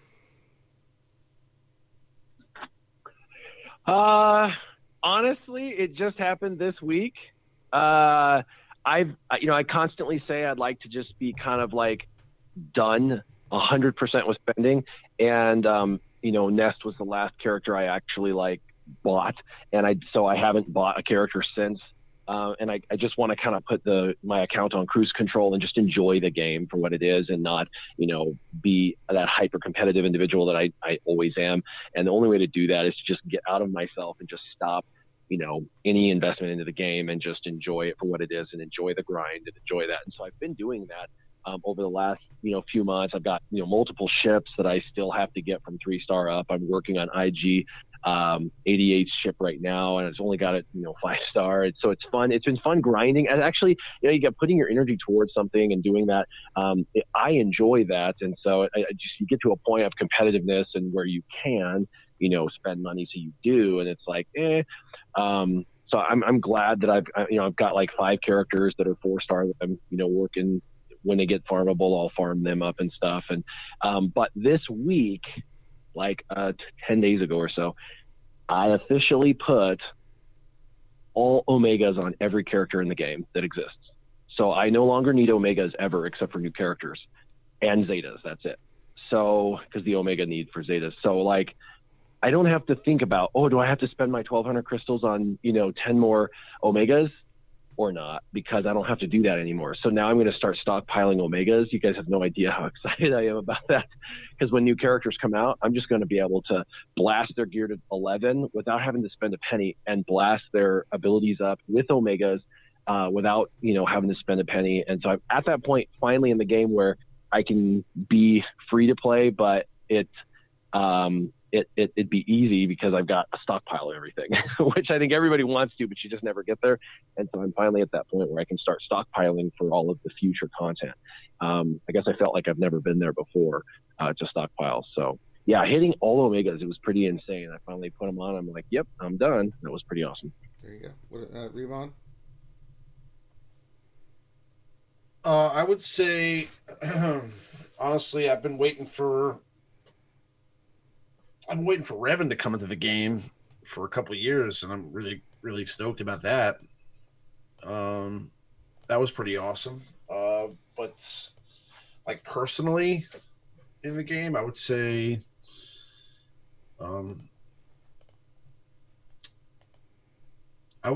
getting. Yeah, I would say it was that. To be honest with you, that kind of revamped some of my interest in Arena. The Jedi coming back, Bastila and Revan and the KOTOR characters coming back into the game, or coming into the game, really kind of. I was really not really into the whole Palpatine and the beginnings of the Traya. Dare you? I wasn't. I mean, I had him. I was ready for it. I had a good team. It was just not that fun. Everybody was running Palpatine, and for your lack of vision. Listen, I love Palpatine. I love the character. I was feel the love coming from your filthy mouth. I was super stoked when he came out. A couple years ago, and then when Traya sort of took over the meta. I liked that, but I wasn't really into the Arena at that time. When the KOTOR characters came out and you could start, kind of running up the ladder with Jedis again, that kind of got me stoked again for Arena. So, and that's really always been my favorite part of the game. So, yeah, I would say that's it. All right, next questions. I got 2 for Warrior here. One from Tony. Well, let's do Jason Krolik first. Forget that one. Jason Krolik, question: Warrior, can you do a video talking about God mods and top end mods? Yeah, I mean, I can do a video like that. I kind of already did though. So when 6E mods came out, I made a part 1 and a part 2 series of what mods should you go to 6E with, because that was the biggest question I had is, I got a lot of mods. Like, if I'm going to spend that really rare, part to take something to 6E, which one should it be? And so I talked about like the primaries that matter, like health or defense, or crit avoidance, critical damage going to 42%. There's the offense. There's a lot of like good primaries that you want to focus on. And then I talked about secondaries and secondary stats. And in those videos, I kind of talk about what the averages are.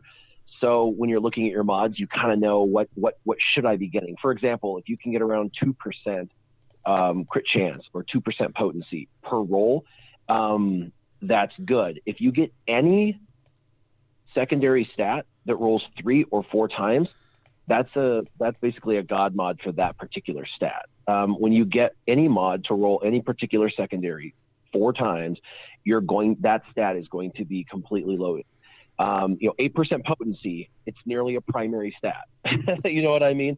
That's a huge amount of potency gain for a secondary to roll. If you get offense up to 180, like that's amazing. So you don't even need to look at the amount so much as the number of times a particular stat has rolled. So if you're looking at a mod and you see, potency's rolled 4 times, or speed has rolled 4 times, or offense has rolled 4 times, then you know that's a god mod, because the likelihood of RNG favoring one mod 4 times in the same stat is unlikely, which is what makes it so rare. And every stat, when rolled 4 times, ends up becoming a really solid stat for somebody. And those are the mods you want to look at, because when it rolls like once to all stats, it's just a bland mod where everything's kind of a jack of all trades.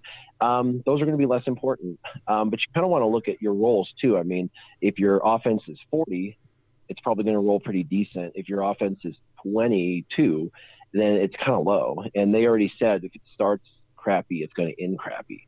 The variant that you get at the beginning will be the variant that you get throughout. For the most part. So you kind of want to start with a really strong mod, and then if you see it roll really well. But those 2 videos almost came out too soon. I put them out and people weren't quite ready yet, because a lot of people hadn't even gotten any material to slice, and so they kind of skipped over those videos. And now looking back, those videos should be released probably today, because now people actually have a stockpile and they're looking at their mods in a different way now, and they're trying to figure out which one. So I don't know, go back and check those 2 videos out. It's part 1 and part 2 of 6E mod slicing. I have a question for you guys, just in your opinion. Do you think Chewie should be double Zeted, or do you think that 1 Zeta is sufficient? I double Zeted him. 1 Zeta is sufficient. I double Zeted. Yeah, I double Zeted. Yeah, sorry, but both are good, but I think only Loyal Friend is really needed though. Well, if you only have one, the first one you want to do absolutely is Loyal Friend, but I did both because I found them both excellent Zeta Smithers. I like them both. Me like you both, but Finn is right. Loyal Friend's the first one you should do, without a doubt. I recently did the second one on Chewie, but the one on Chewie for the ability block and the immunity to cooldown increase and stuff is very kind of limited to specific things. That's the reason why I'm saying it's not necessary, but it's good to have, because you do tend to use Chewie against the high-end teams. Oh, yes, you do. Speaking of Zetas, Tony Bobe wants to know, question for Warrior, how many Zetas does Warrior have on his roster? Did I get kicked? Huh? Can you not hear us, Fremon? Yeah, I lost connection there for like half a second. Oh, okay. I offend someone that I get kicked. Yes, we can hear you, so we kicked you. Your question about the Emperor is why you were locked out. So I think I'm at 72. I might be at 73. I don't know. Yeah, it's a lot. For sure have 72. At this point, I'm going back and doing luxury Zetas. I'm going to do Wampa's healing immunity one. You should do Bodhi Rogue. No way. And then I'm going to go back and do like Wicket. I know. I'm going to do like Wicket, probably, maybe Low Gray, so I can bolster that. I might even go to Phoenix. I would say a high society debutante, like high sorority Zeta, would definitely be Bodhi Rook. Remon just wants company. You know, that's definitely like you know when you're really eating off like a silver, you know, with a silver spoon, with a silver spoon, you're getting that Bodhi Rook Zeta. Oh wow. Yeah. But actually, what I'm gonna do is I'm gonna do Wampa, and then I'm gonna save till I have 100. That's what I have right now. Yeah. 100 pieces, which is 5, and then once I have my surplus of Zetas for future characters, then I'll start doing my other luxury ones like my Phoenix and my Ewoks and some of those other ones that are really good but not necessary. I'll go back and do those. All right, next question will go to you, Remon, from Christo Mentos. Question: I'm using CLS with C-3PO in Arena, but I can't take down Nest on an opposing team. What's an effective fifth for those teams? Standard characters available: Old Ben, R2, Thrawn, etc. No Fulcrum. I mean, if you have Nihilus, that could really help out. That's with the pretty Nest. much, yeah. You know, but it looks like it's a rebel team. CLS Imperial Probe Droid. Huh? Imperial Probe Droid. I was actually going to say the same thing. Yeah. IPD, yeah, they have to for sure. That's IPD, get your ass in there and make something of yourself. And by that I mean go blow up. Okay, so Fulcrum's not an option.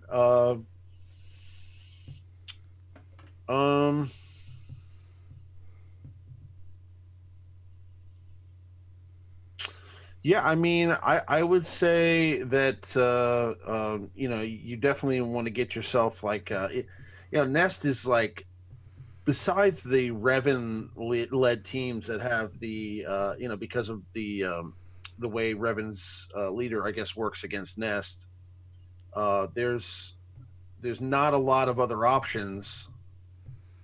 And even Night Sister Plague works really well, actually.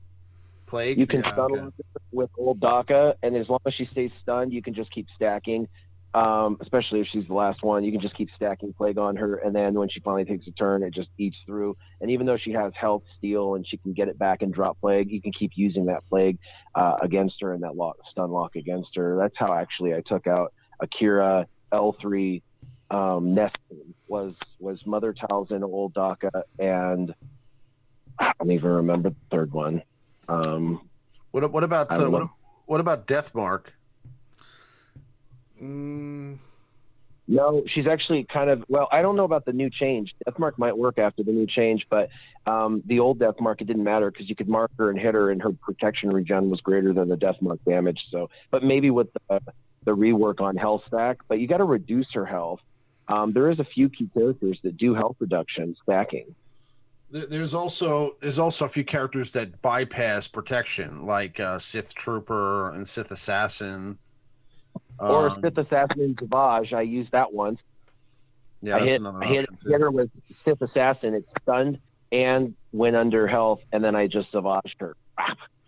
You know, one thing you might have to think about, and this is not something that a lot of people like to do, but it's something you have to consider, is you may need to use an alternative option to beat a specific team and then put your arena team back in. Like so, I mean, some yeah, right. You know, that Bodhi Rook Zeta can come in and help you out, and then, you know, when you're done, no, I'm just saying when you're done beating that team, you know, you may then switch back to your original arena team or your defensive team. But there's definitely some good offensive teams that you don't want to leave in there overnight that can help you beat certain opponents. So if you have the ability to put in like an IPD or a Nihilus or something like that to help you out, obviously that's a great first choice. But then again, you know, maybe you have Night Sisters, like Warrior said, and you want to throw them in there for one battle, get the W against you know, the Nest team, and then you know, put your Rebel team back in there on D. All right. Yeah, I mentioned really quick too. There may be a strategy issue here as well. One of the things that I've seen people struggle with CLS against Nest is that they're using CLS as special and removing her turn meter. You need Nest to take a turn. That's when you can kill Nest pretty easy. If you don't let her take a turn, then she's going to keep all that stacking protection and not die. So what you need to do is actually watch Nest's turn meter, hope for a series of resists with the CLS team. You can use whoever you want, but you want to try and avoid using any kind of turn meter reduction, which is hard with that team because C-3PO does it, Han does it, CLS does it.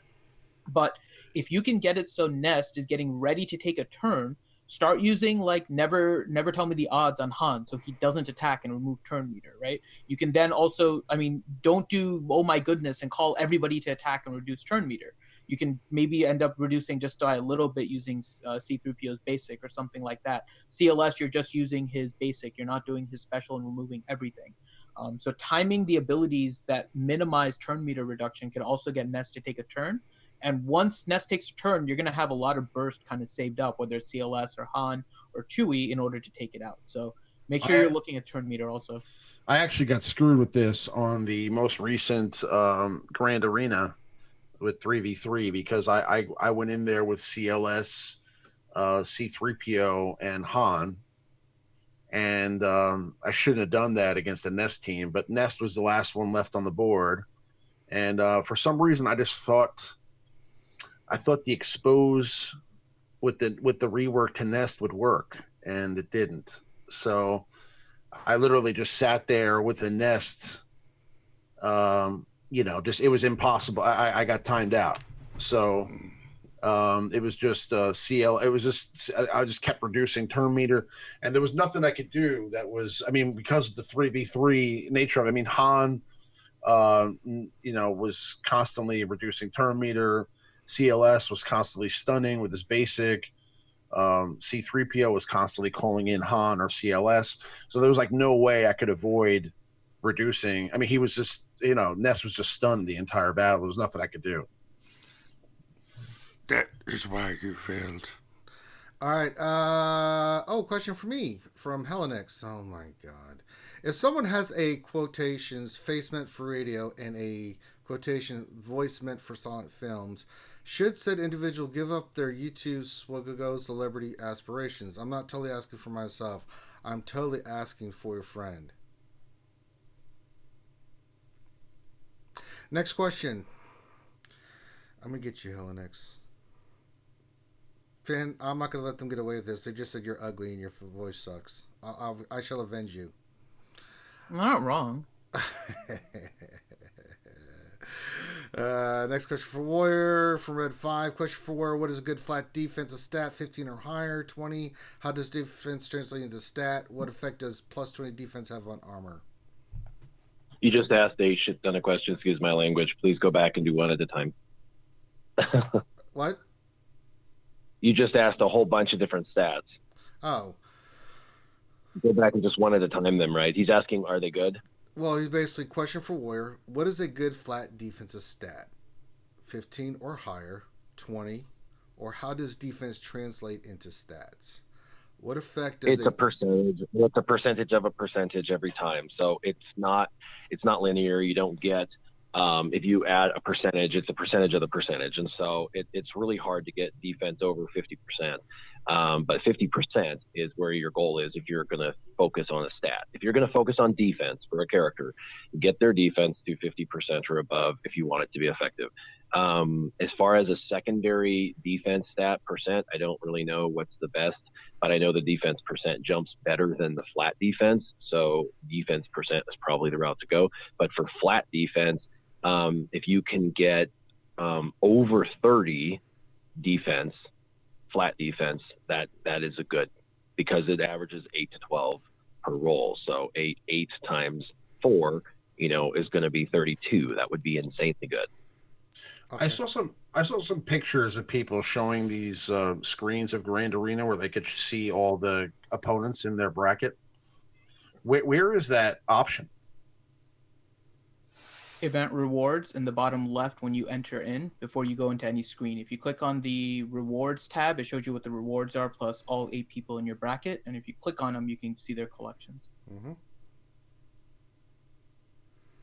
Awesome. All right. So let's get through this last couple because we're getting nearing the 12 o'clock hour, and I know Warrior has to work and do all that other stuff. Jason Crowley, question for the panel. What are you hoping to see from CG in 2019? The real Revan, could he please come forward? the final rework of ships because it still feels incomplete. Good one. Warrior Remon.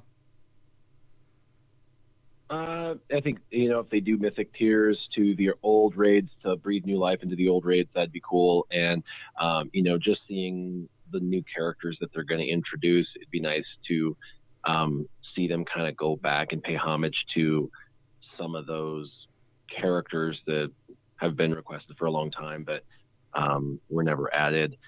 For example, Padme. I mean, they've been requesting that since the beginning.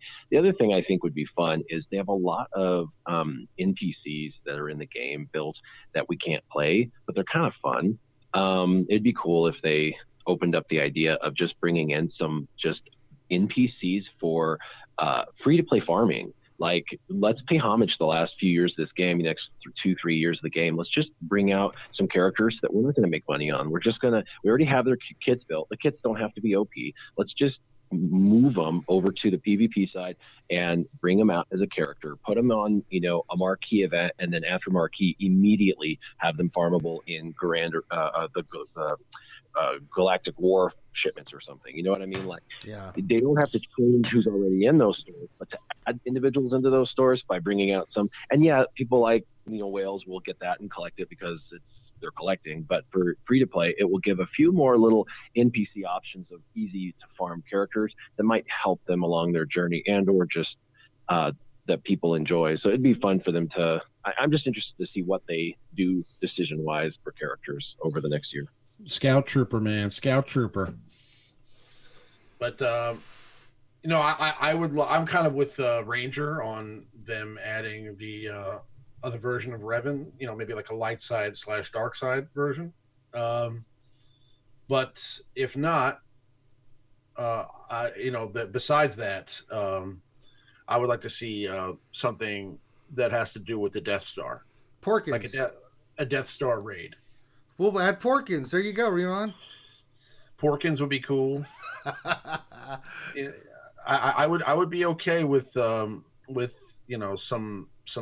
kind of what Warrior said, some characters coming out that are just generic characters that are free to play. Like, I mean, there's so many characters that are like yet to be added in this game. I mean, you could see all the time you have like just regular like Imperial officer, right? Like, I mean, that's a character that you fight against, but you can't get them. And now I understand that they make money on troopers because people love the troopers. So I mean, I understand like there's certain characters they're going to want to save for pay to play, but I think that there's still so many options for them to go in this universe character wise. Like, I mean, there's so many there's so many Old Republic characters, not Old Republic, but I mean so many expanded universe characters they could use. I mean, they could add Plagueis to the game. They could add so many different options because they're not really bound by any timeline in this game. So it's just it's a holotable game. I have it. I know what they should do. They should add the Vushin Vong to the game and watch the fans of this game lose their proverbial shit. It'll be glorious. Oh, the madness that would ensue, the chaos, the destruction. If they added like Ebeloth into the game, my God. or even like Thexin. Abeloth would be cool. Oh my God. Talk about an OP character. Oh my God. That would be bad. That would be horrible. All right. Real quick, last couple real fast. Question for panel from Grim. What character or faction would you like to see CG add to the game? Additionally, any of you guys try the new Looney Tunes game? I don't think anybody here has tried the new Looney Tunes game. Dr. Afra, and no to the Looney Tunes game. Okay, there you go. I already said mine. Anything else? We kind of answered that with what we want from 2019, I think. Let's see here. Mirrored question. All right, question. Show me your modding skills for everyone. Best offensive secondary and speed secondary. Mine is speed secondary 25, offensive 180. 186 for offensive secondary and 27, I believe, or 28. 27, I believe. I gotta look. That's my height. I have 26 speed and 204 on offense. I have no idea. God damn it! I'm kind of ashamed, guys. I mean, my stats are not that good. I'm sure I have something good. I just haven't looked. I really. The highest speed I have is 21. Yep. No, It takes a while to get the roles. I mean, I'll tell you, I've bought annoying. mods. I bought mods forever. Okay, and you know, I don't know what it is. I just had horrible luck. I mean, I have literally 2 mods that are over 20 speed. Yeah. And I don't know what it is. My mods just That's kind of my point. Is like, I know you've been trying since mods inception, and you're a student. You do it all the time. You do tons of farming, and yet you don't have as good a mods probably as me. And it's like, you know, how is that fair? Because it really now comes down to modding for a lot of them. And what's crazy is 3 versus 3. If they couldn't have made it any worse, 3v3 makes speed even more important than it's ever been in the history of the game, because there's only 3 characters. And if you're outgunned initially, I mean, you can lose 1 character before you go. And so they made a game mode where speed now is worse. It's more important than it's ever been before. And that was kind of the direction they were going away from. But then they turned the tables with this 3v3. So I liked 3v3. I had fun, but I'm kind of opposed to it because it puts such a heavy emphasis on mods, and very specifically speed, that it does make it very difficult. Now, before everybody gets up in arms, I understand certain counters don't require speed and certain counters do. So obviously you're going to have to work within the confines. But that's kind of my point. You know, he's worked his butt off on mods, and his mods aren't as good as mine. My mods weren't as good as Revenue, a guy I fought. And there was nothing I could do about it. And that they don't take mods into account when they match people, which they should. Zetas and mods should be actually what they're looking at, and less GP. It should be within a bracket of GP, but then mods and Zeta comparison. Yeah, I agree. I mean, it's really sad. My mods are horrible. I mean, I have like I've gotten a lot of those like intermediate, like I guess like pretty okay. Like I've gotten like a decent amount of mods like that are over 15 speed, like between 15 and 20. But I don't have a lot of god mods. So in the offense, I think it's like 167. Yeah, I have no idea. I have no idea. I have no idea. I took a look. All right, last question. What else? 73 question. Do you think C-3PO's 5 uniques will be the max, or will CG drop characters in 2019 to surpass that? That was a shit ton of uniques. Oof. It makes sense when you think about it a little bit, though, because one of the complaints of Revan was that his text was so long. So it's possible that they just replaced a Zeta with like a bunch of different ones that broke it apart. Because it has as many, like, it does this with this faction and this with this faction, like R2 has. But they just broke it up into multiple ones, so you need more Omegas but no Zetas or something like that. So not the worst thing they could have done, considering each one of them is still not as big a text to block as Revan's leader. That's what you're saying. Okay. All right, that's all the time for the questions we have for today. So this is where we, that was a buttload of questions. So thanks for the panel for being here. This is, of course, the Jedi Academy. And it's now time for us to allow our wonderful panel to pimp their stuff, as we like to say in the biz. And by biz, I mean I just made that up. Warrior, where can folks check you out at? Because I know they love watching you do stuff. So if they want to get information from me, they can go to my channel at Warrior Presents or at Warrior's roster reviews. I had some roster reviews drop just recently. So there's that. And then, of course, they can see me on Twitter or in the Facebook group or on Reddit. I'm a number of places. Yes, you are. You're always lurking in that Facebook group. I get worried. Ramon, where can folks check you out at? On my YouTube channel at Ramon Azab, and on Twitter, or at thealliancegaming.com. You can come check out the website, and there's tons of great stuff there. All right. And Finn, anything you want to pimp? Our ACS stuff. So Yes. Please make sure that you do check out our American Cancer Society fundraiser. We're doing that up until April, where we're running a half marathon. If you want more information, go to realityscootgamers.com. There'll be a link for the run for the ACS stuff right on that page, and you can get all the information for our Tiltify and for all the other stuff. So please make sure that you check that out. and we're hoping to get to 4,500 before the end of the year. So if you guys are able to donate, again, all of this is to the American Cancer Society, so you can get all your taxes, tax-free donations, and all that kind of stuff in there. Now is the time to do it. And again, hoping for 4,500. We're about 140 away from that. So please donate if you guys can. I'm going to be sending a bunch of the wristbands out next week. So if you guys want one of the Stu Strong wristbands, please make sure to donate. All right. With that, make sure you hit the like button, not just for us, but check out these other channels. Subscribe to the channels if you haven't already, and ours as well. It does help support their channels and ours, so make sure you do that. So on behalf of myself and the RSG family and the wonderful panel of Jedi Academy, thank you guys for being here. We do this every Saturday where we answer all your questions. We have other stuff we do during the week with our channel, which is our lunch stream. We got the longest running live stream on Wednesdays that we do. We got a lot of stuff coming down the pipe, guys. So the best way to know about it is to subscribe. So with that being said, thank you guys for being here. We really appreciate you. Have a great rest of your day, and we will holler at you later. Peace. And have a happy new year.